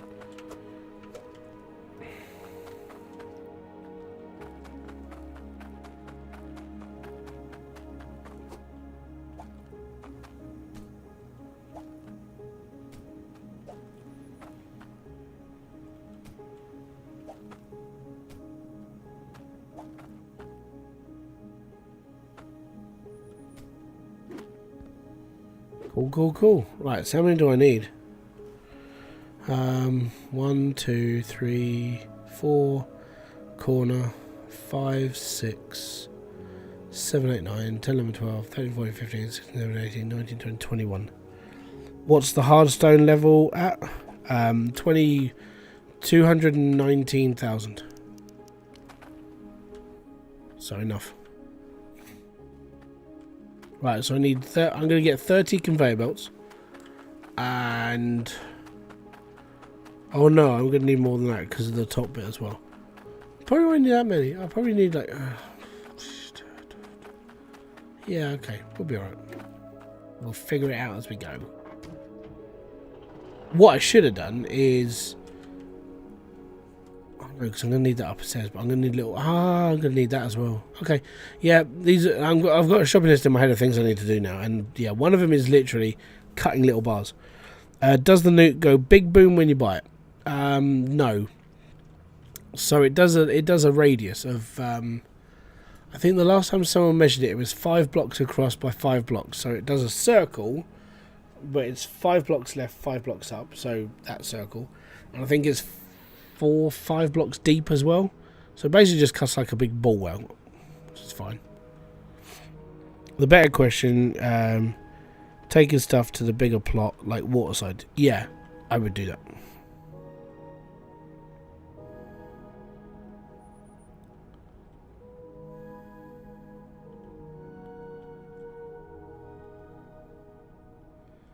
You were thinking the one under the farm town?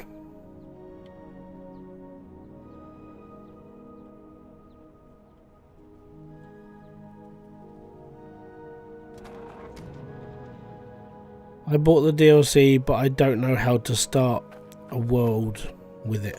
Oh, when you go, what you do is, because you've got the DLC, you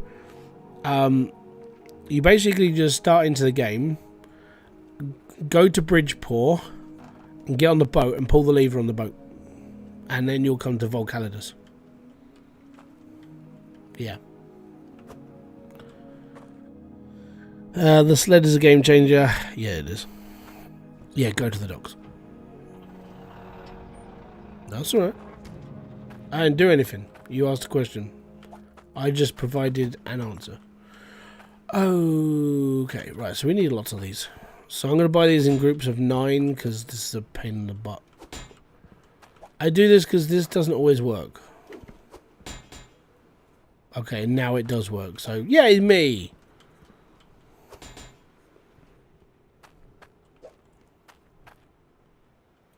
Hi, Chris.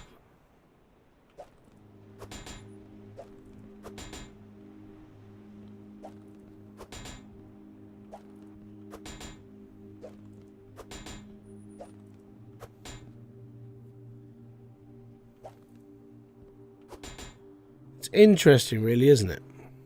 right? It's clocking up an amount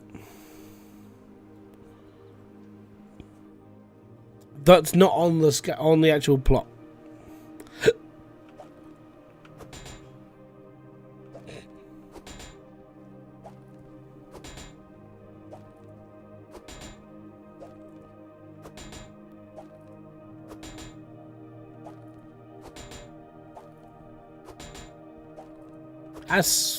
That's strange.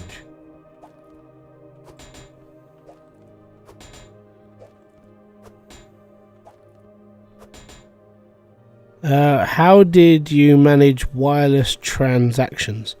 I don't know. I'm not 100% sure what's going on right now. I wonder if there's a Hydroneer 2. I don't know what they would do different though. Like, okay, so let's have a discourse about this, right? How would Hydroneer 2 be any different to Hydroneer? Like, I mean, what the smeg is going on with this game? Right, anyways, so, I mean, really, if you look at it, like, what would you do? I'm taking volcalidus as Hydroneer 2. Basically, volcalidus is like a really, really, really updated version of Hydroneer 1.7. Alright? And I can explain this. Hydroneer 2 with an inventory. No, you don't need an inventory. You need carts and sleds. These are your inventory. You just have to have a visual inventory in front of you of all the stuff you own. That's how the inventory system works in this game. That is your inventory. Congratulations, welcome to Hydroneer. So, with that in mind, right, what's going to be different? Nothing. Nothing would be different in Hydroneer 2. You'd basically might as well just build a DLC, maybe change some of the graphics of like maybe some of the skins to do with stuff, and that's literally your second game. But you would be playing the same game again. So that's why I sit here and just go, so why do you need a second game? Basically, just play the first one a lot more. That's all it is. You just have to create your ways of like different things that you can do in this game. Like, look at the challenges I created. That I did myself, like the Iron Man challenge. Iron Man challenge is basically you're only allowed to sell iron. Everything else gets scrapped. You're not allowed to use that stuff. You could do speed building. You could do speed running. There's a speed running basically league in the Discord of like how fast can you get to $1 million? How fast can you get all the treasure chests? How fast can you do this? And it's just the way that people play it. You could add multiplayer. It has got multiplayer, right? But if Max wants to add multiplayer, which I don't think he does, then he would have to basically build a whole new game and not just build a DLC where he can basically go off to a different land. The multiplayer isn't ideal for everybody, and that's just a shame, but there's plenty of other games in the world that all have multiplayer because everybody moans about games not having multiplayer. I've done this in a video. Multiplayer doesn't need to be in everything. Just enjoy the fact it's a single player game. You're not getting pestered by your friends. Oh, go and do this for me because I'm too fucking lazy to do it myself. A better multiplayer. Play a different game. It's that simple. So Hydroneer 2. No, I don't think it's ever going to happen. Max is building something else. Or do people just not watch Foulball Hangover's videos? He's already said what he's doing. He's looking into doing a different project.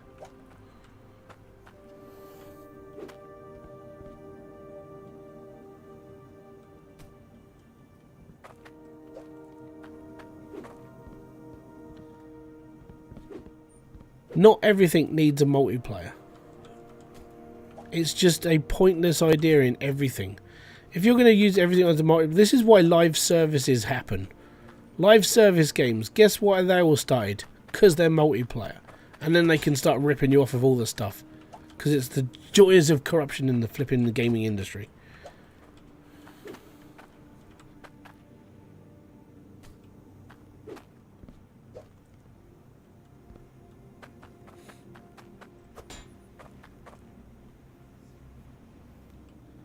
Yeah, play World of Warcraft. Play, I don't know, anything else. Call of Duty's got multiplayer in it if you don't like multiplayer in Hydroneer. Huh? The thing is there's plenty of other games out there that have got multiplayer in them. You don't have to stay on Hydroneer playing multiplayer. You can play like every other game in the world. Planet Crafter, exactly. And you can play with up to 20 friends on Planet Crafter. So if you want a multiplayer game, go and play that. The thing is the more and more multiplayer games you have, the less and less single player experiences you have, which means you'll never be able to play games on your own because you wanted a multiplayer. Or what you could do is just enjoy the fact that you could play a game on your own. It's not necessarily that bad. Guess what we used to do when we had like old school consoles that weren't connected to online? We used to play games at home on our own or with a multi-tap adapter, and we had to invite our friends round our houses to actually do things like that. We didn't have all of this stuff. Even PC gaming back then was very primitive when it came to multiplayer games. And there was only a few games that you could play multiplayer. Nowadays, everyone's like, well, everything has to have multiplayer. Screw off. Just like real life has multiplayer. Go outside. Touch grass. If you want to play a real cool multiplayer game, if you go out your front door, right, you can use real money to buy your customizations for your character, which is you. You can go and talk to all the other people who are walking around town. It's a multiplayer world. You can go into a shop and interact with another person, which is like interacting with a real player. Oh my god. There you go, multiplayer. The entire world is a multiplayer. Have fun with it. Be happy. You live in a multiplayer world. And if you're one of those people who believe you're in a simulation, there you go. You're in a multiplayer world. Congratulations. It's just real life and it sucks sometimes. I just wanted to explain to you that it could extend it to a second version. No.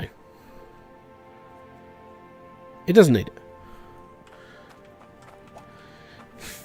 It just doesn't need it. But the thing is people are so wrapped up on it. It's not even funny. And the thing is not a lot of people play this game multiplayer, even if it was in the game. You just play it on your own and be happy. It's what most people do.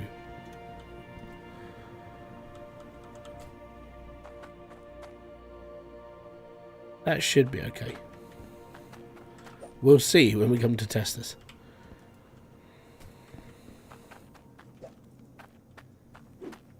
You know what, as somebody who plays a lot of single player games, no, I don't want a multiplayer. No, you see, I get asked it a lot about multiplayer. Genuinely, I flip out on it because it's just, you don't need it. Games are mostly safe. No, they're not.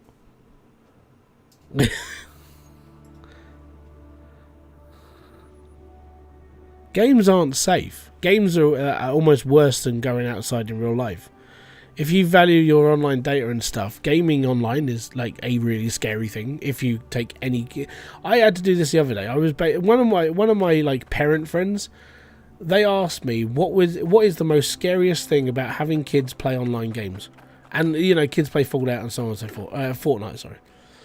And I said, okay, here's the thing. Let's just say that outside the school gates, this is hypothetical, and this made this person paranoid, by the way.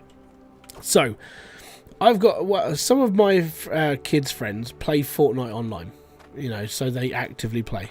Now, kids at the age of 7 are not very quiet, right?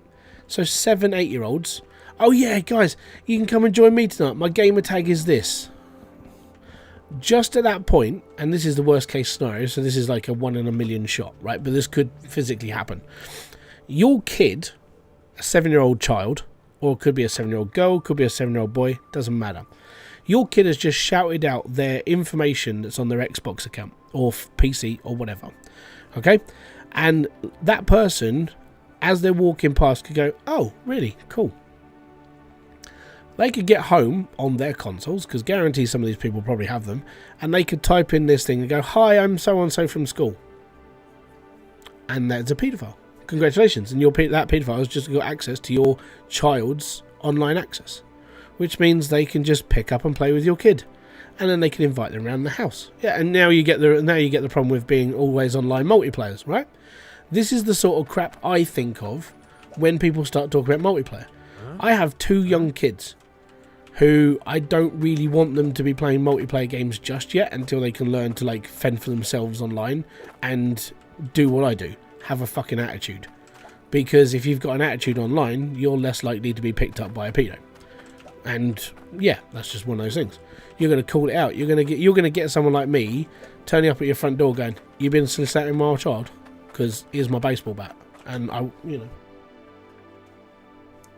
here is my baseball bat. You don't pick with my kids. So yeah, that's the worst case scenario. And it was just one of those hypothetical questions that somebody asked me, and I gave them the true answer. I was like, that's what I'd be scared of. I'm literally the kids do this all the time as well. You hear them all oh yeah, I was on Fortnite last night, blah blah blah. I'll add you as a friend. Here's my gamer tag. Cool. I've just heard that information, and so did every other person walking past the gate. Yeah, my kids don't play online games, so they don't need multiplayer, and nor do you. You don't always need a multiplayer. I sort of wish that people would start just being alright with how the game is, or how the world is, or whatever's around you. You know, it doesn't always have to be one thing. Just, if it's not the thing that you want it, either go and play something else, or just be happy it being a single player. Single players are not all that bad.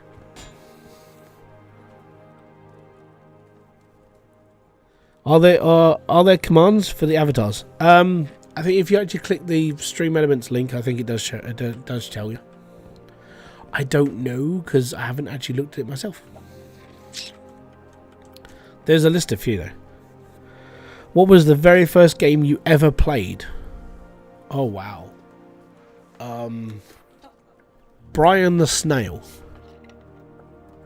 And I guarantee not a lot of people can say that.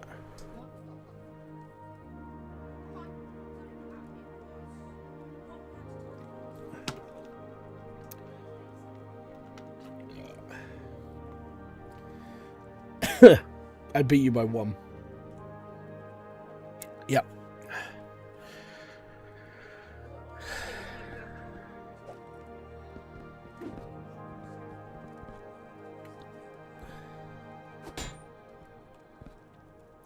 Personally, I feel like online multiplayer would be fine as long as it's invite only. Right? So, again, my hypothetical answer to a question: a random person just added you online. You're outside the school gates. Your 7-year-old child just invited that person into a lobby. There's your invite only. Scary, ain't it? Anyways, so yeah, that's where my brain goes. And I was, before my kid went up to where he is now, I almost got pulled in to do an assembly at the school about online safety. Because they were like, "Hey, will you do online stuff?" I was like, "Yes, I do. Could you come and talk to the kids?" I was like, "Are you sure?" Because I will scare them. Because it's not a fun world.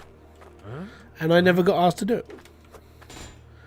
Because I would be brutally honest. If anybody asked me, like, anything to do with online... To put it, I'm scared of being online a lot of the time. Which is why you cannot find... Like, my Facebook and everything else is completely separate from this. Like, my entire life outside of YouTube is separate from YouTube. There's very, very little that anyone can really help or do or anything like that.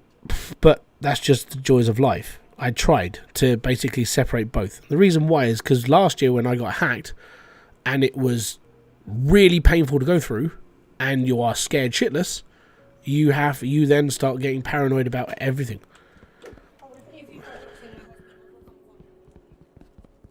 But it's one of those things. And the thing is, I'm not really fearful for me. And like Kerry's just saying in the background, I'm not fearful for me. I'm fearful that anybody turns up to my front door, and I've got 2 young kids. Exactly, well, they do need... So the thing is the school they go to actually does a really good job with their newsletter, because they do actually have like an online safety thing at the bottom of it. They have like, if you have questions, you could come and ask this. It's like...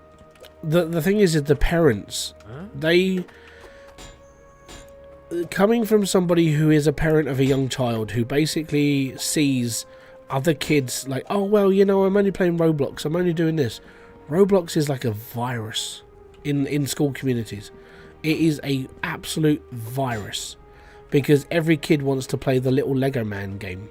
Every kid wants to jump around and get Roblox or Robux, sorry. And you want to do this, and you're like, do you understand like what Roblox is? And most of the parents I speak to ain't got a fucking clue, because they don't pay attention to what their kids do online. And that's the more scarier part. They just go, and we've done it to the kids with their tablets, but we put parental controls on their tablets. We can see what they're doing. And that's even like, to put this in perspective, Logan's got this thing about downloading like games that he plays, like he plays like Rocket League and bits and pieces, with the clicky version, not the online version, because he can't access that. But Kerry gets a notification for everything he adds to his tablet, so we can remove it. If it's something that we just sit there going, he shouldn't be doing it, we'll remove it. And it's not until he can actually learn to do that himself and actually regulate what these things are for, that's when he can like look after himself. But he's 7. There are kids in his year who have online for PlayStation and Xbox. They have a PC. They have all of this. And I'm like, yeah, it's fun that. There are 7-year-old kids in my kids' year who are like, oh, I just uploaded a couple of videos to YouTube. I'm like, you're 7. You're not allowed a YouTube account unless your parents have signed you off on one until you're at the age of 14. That's YouTube terms of service. You're not allowed to have a YouTube account until you're a certain age. Obviously, kids are, because they fake their own ages. But I'm saying, like, there are kids who upload videos. I'm like, do you understand how much of a pedo trap that is? They don't understand. You can tell them until you're blue in the face. They still won't fucking listen. And unless you actually show them that this thing happens, they don't believe you. So that's why I don't do stuff at schools, because no one's going to listen to you, because you're just another bloke telling them something that they'll just go, yeah, whatever, mate. And I get that all the time.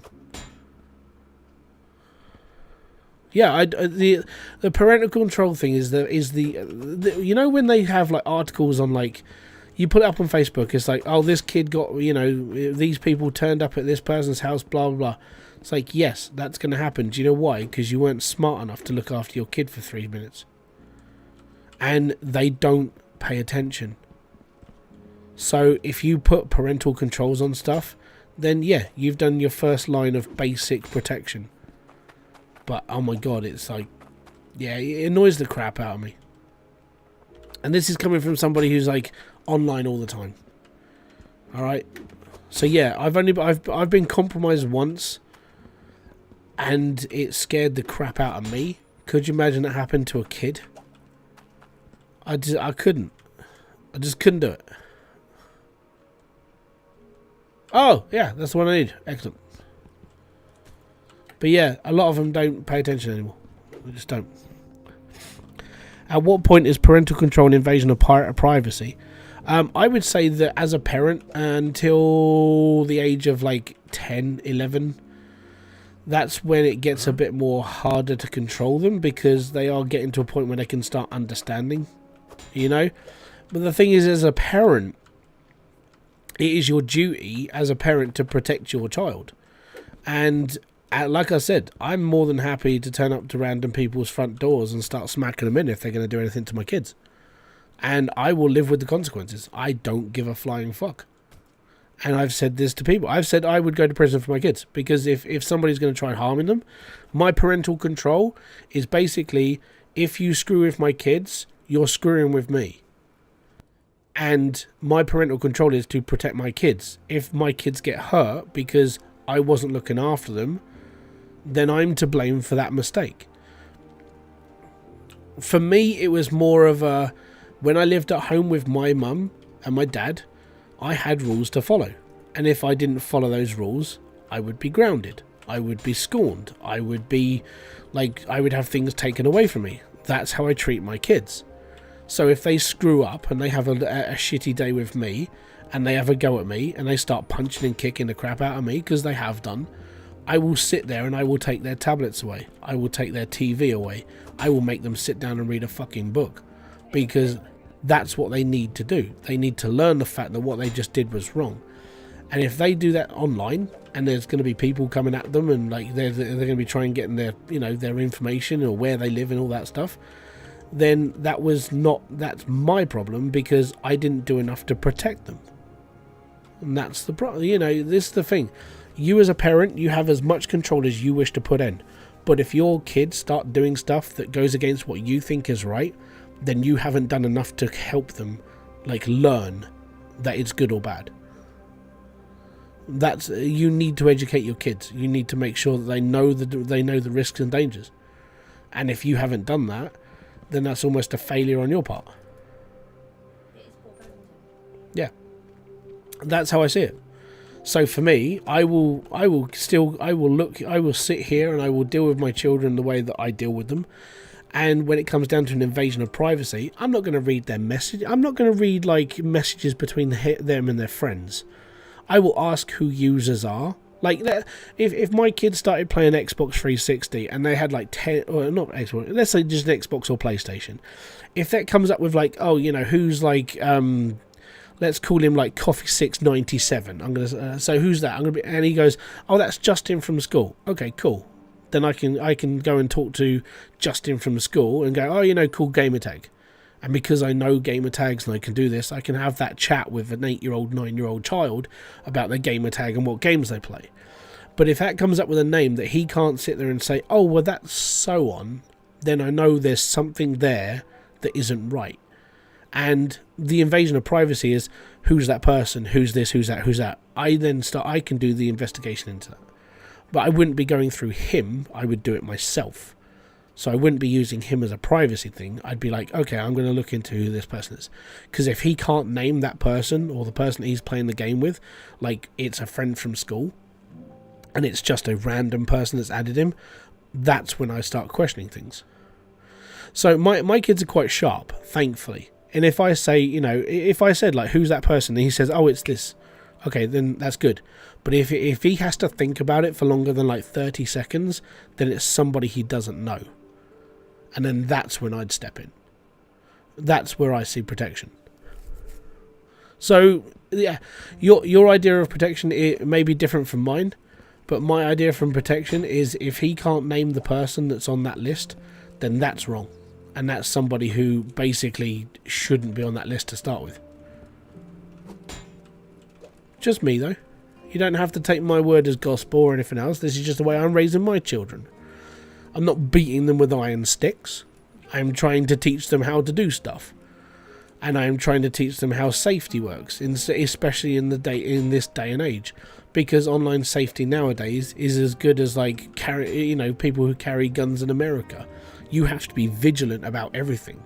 You have to know exactly what you're doing, because if you don't know what you're doing, that's when accidents happen, and that's when other things happen. Same with the online world. So, yeah, I said you can take what I say with a grain of salt. It's up to you. End of the day, that's just the way I do things. So, yeah, I know. Well, I said I like having these conversations, because then you understand the mentality behind myself, and the questions you're asking is what you would ask a normal person. So I'm good with it. I mean, I'm not offended by anybody asking me a question, because the way I raise my kids is going to be different from the way that anybody else raises theirs.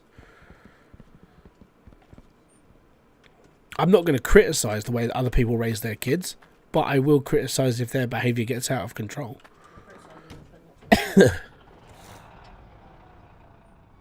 Because some people are just morons. I need some corks or it's going to leak. So. We're almost done down there. I do need cables, and cables are going to be a long trip, so that's going to be a tomorrow thing. I'll probably go and get the cables later.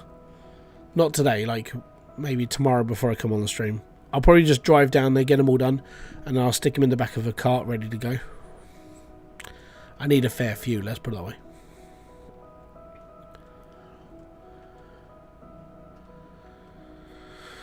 Yeah.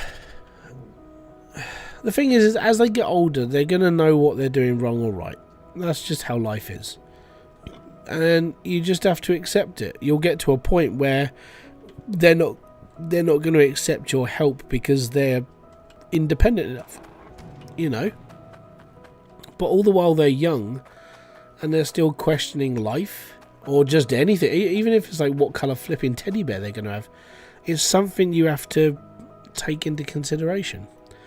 Leroy Hoover, thank you for coming on a roadie. Just quickly, mate, locker 13 7B. That's mine. If you want to grab my bags, chuck them in the back of the car. Thank you very much. As a roadie, that's your job.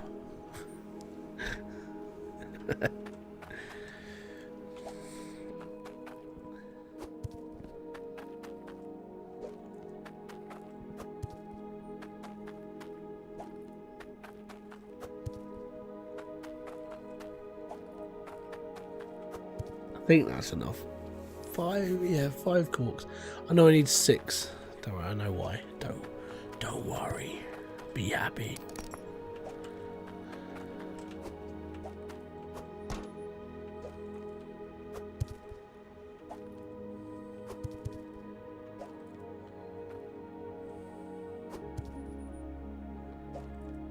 Interesting.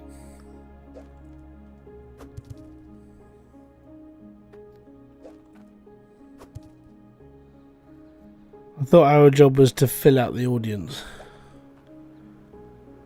No, as a roadies, they carry bags.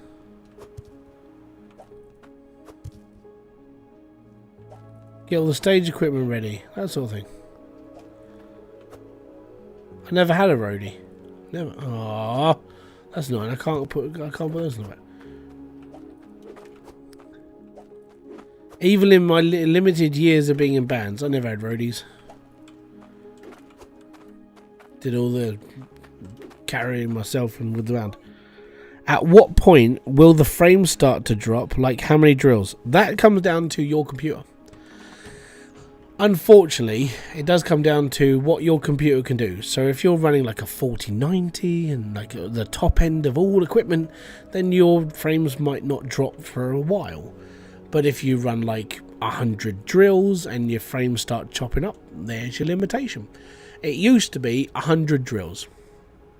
That was about 3.5 years ago. Now I'm like, I ran 1,000 drills in a test and it worked. I think I was down to like 5 FPS at that point. Yeah,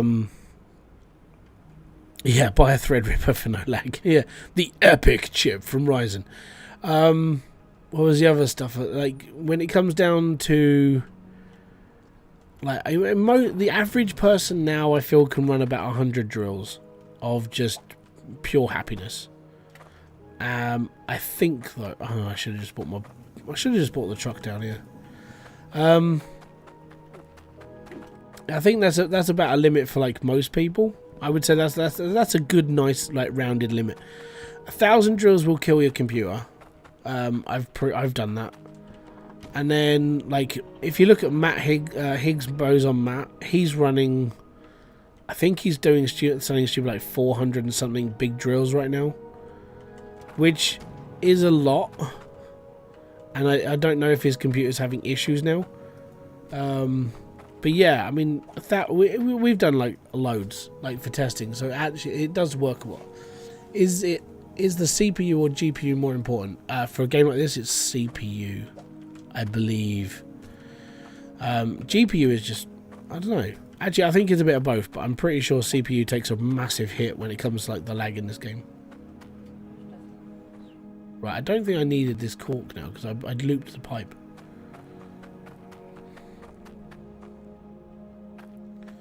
Right, so the water's going to be coming out of here, coming over here, hitting into here. So how is it going to go down there? It's not. Oh, that sucks balls. Right, we're going to have to... okay. I'm going to have to think of something imaginary for when it comes to the water on this. Ah, there's my entry point.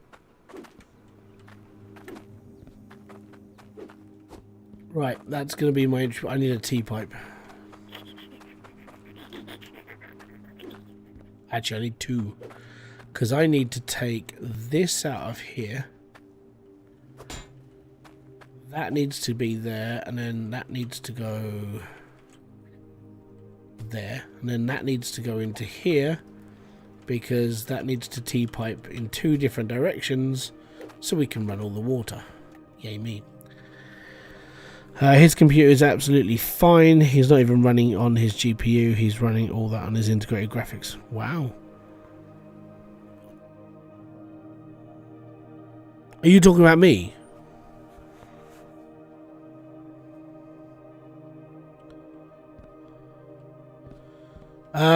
That got fixed.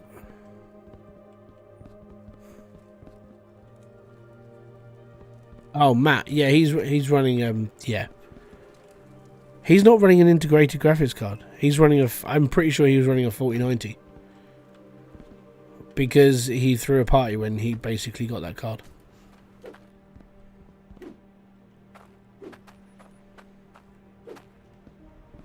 It's also the stats on his... If you look on his stream, it tells you which graphics card he's using.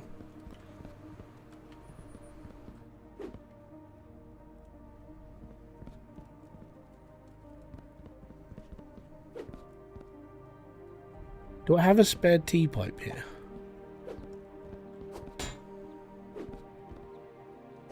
I do, that one.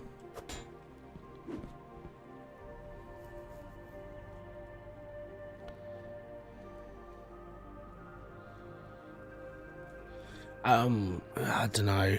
No, I don't. You have to use a graphics card to run this game. I don't think that's right. Because I've seen his setups run, and he has to be using a graphics card to run his lots.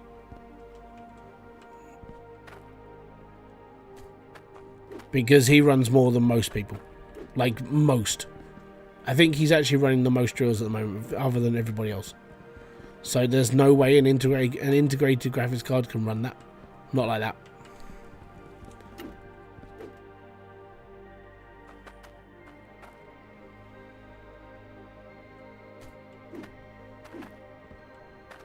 I mean, I could test this because Kerry runs on an integrated graphics card. If you could run this game with like 400 drills running, probably not.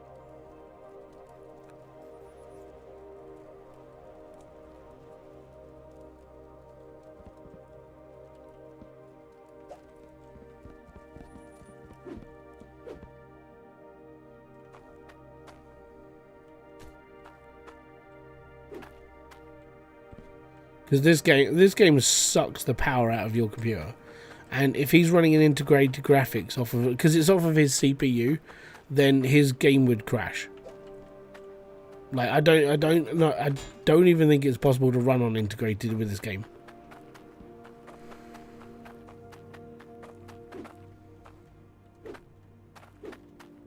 Yeah, but even if the game is basic, it's a lot for this game to process, especially that he streams as well.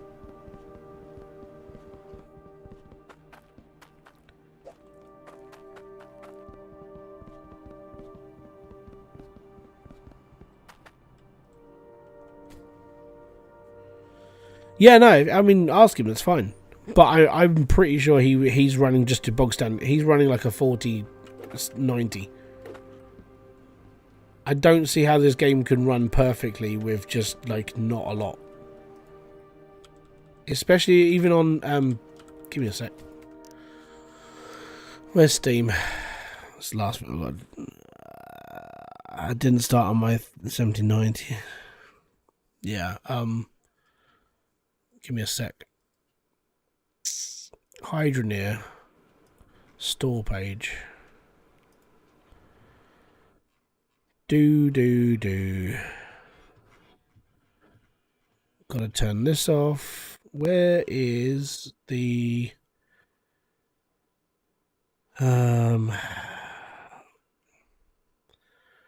recommendations. Here we go. Here we are. Recommendations for this game. Minimum. OS Windows 10 processor, quad-core 64-bit Intel AMD processor, 2.4 GHz. Has to have at least 4 gig memory. Has to have at least 1 gig of DirectX dedicated video card.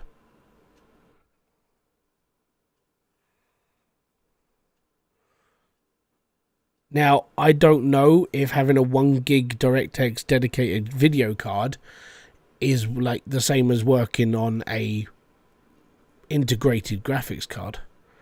I'm pretty sure that last time I checked, and I could be wrong, but last time it said you needed a graphics card, then you actually needed a graphics card to run this game as even just basic. But as I said, I could be wrong. But that's what it says on the screen, so I'm not going to argue with that. But if someone says, hey, that's not right, then cool, that's not right. That's me being wrong. The 6650 is really good.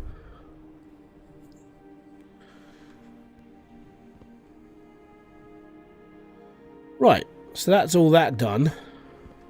Apart from this bit here, which sucks because I need more belts. Ugh.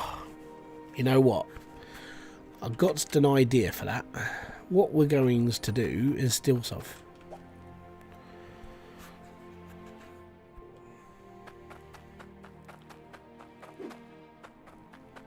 Is your harvester max stars? No, I didn't care about it. There's no point in max starring my harvester. There's no point in max starring anything. When you're running as many drills as I've got like set up, max doesn't matter anymore. Not the person. Even before someone starts. Well, that's not very nice, is it? No, what I'm saying is that you don't need max stars to, like, when you start getting drills, like, even if you get like more than like 10 drills, you don't need max stars anymore. Like, look, having all this, just having these alone, you don't need max drills. Having all these, you don't need max. You just work it. Work it real good. Do. Anyways. So, after all that faffing around, all I need now is cables. And then I have to run all of this and that. Oh, no, that's going to be on separately. So, all of these, I'm going to have to wrap around under here, actually, while I'm thinking of that. I do need another corner.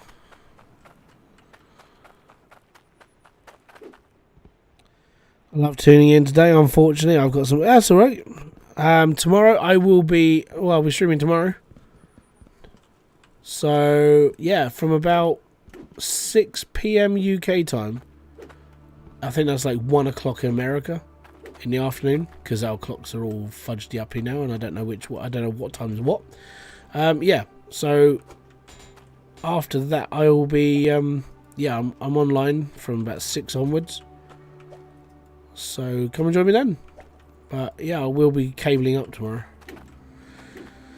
And I'm trying to do this so it looks a bit more better. So what I want to do, it's going to be, I know this is going to sound a bit weird, but this is what I want.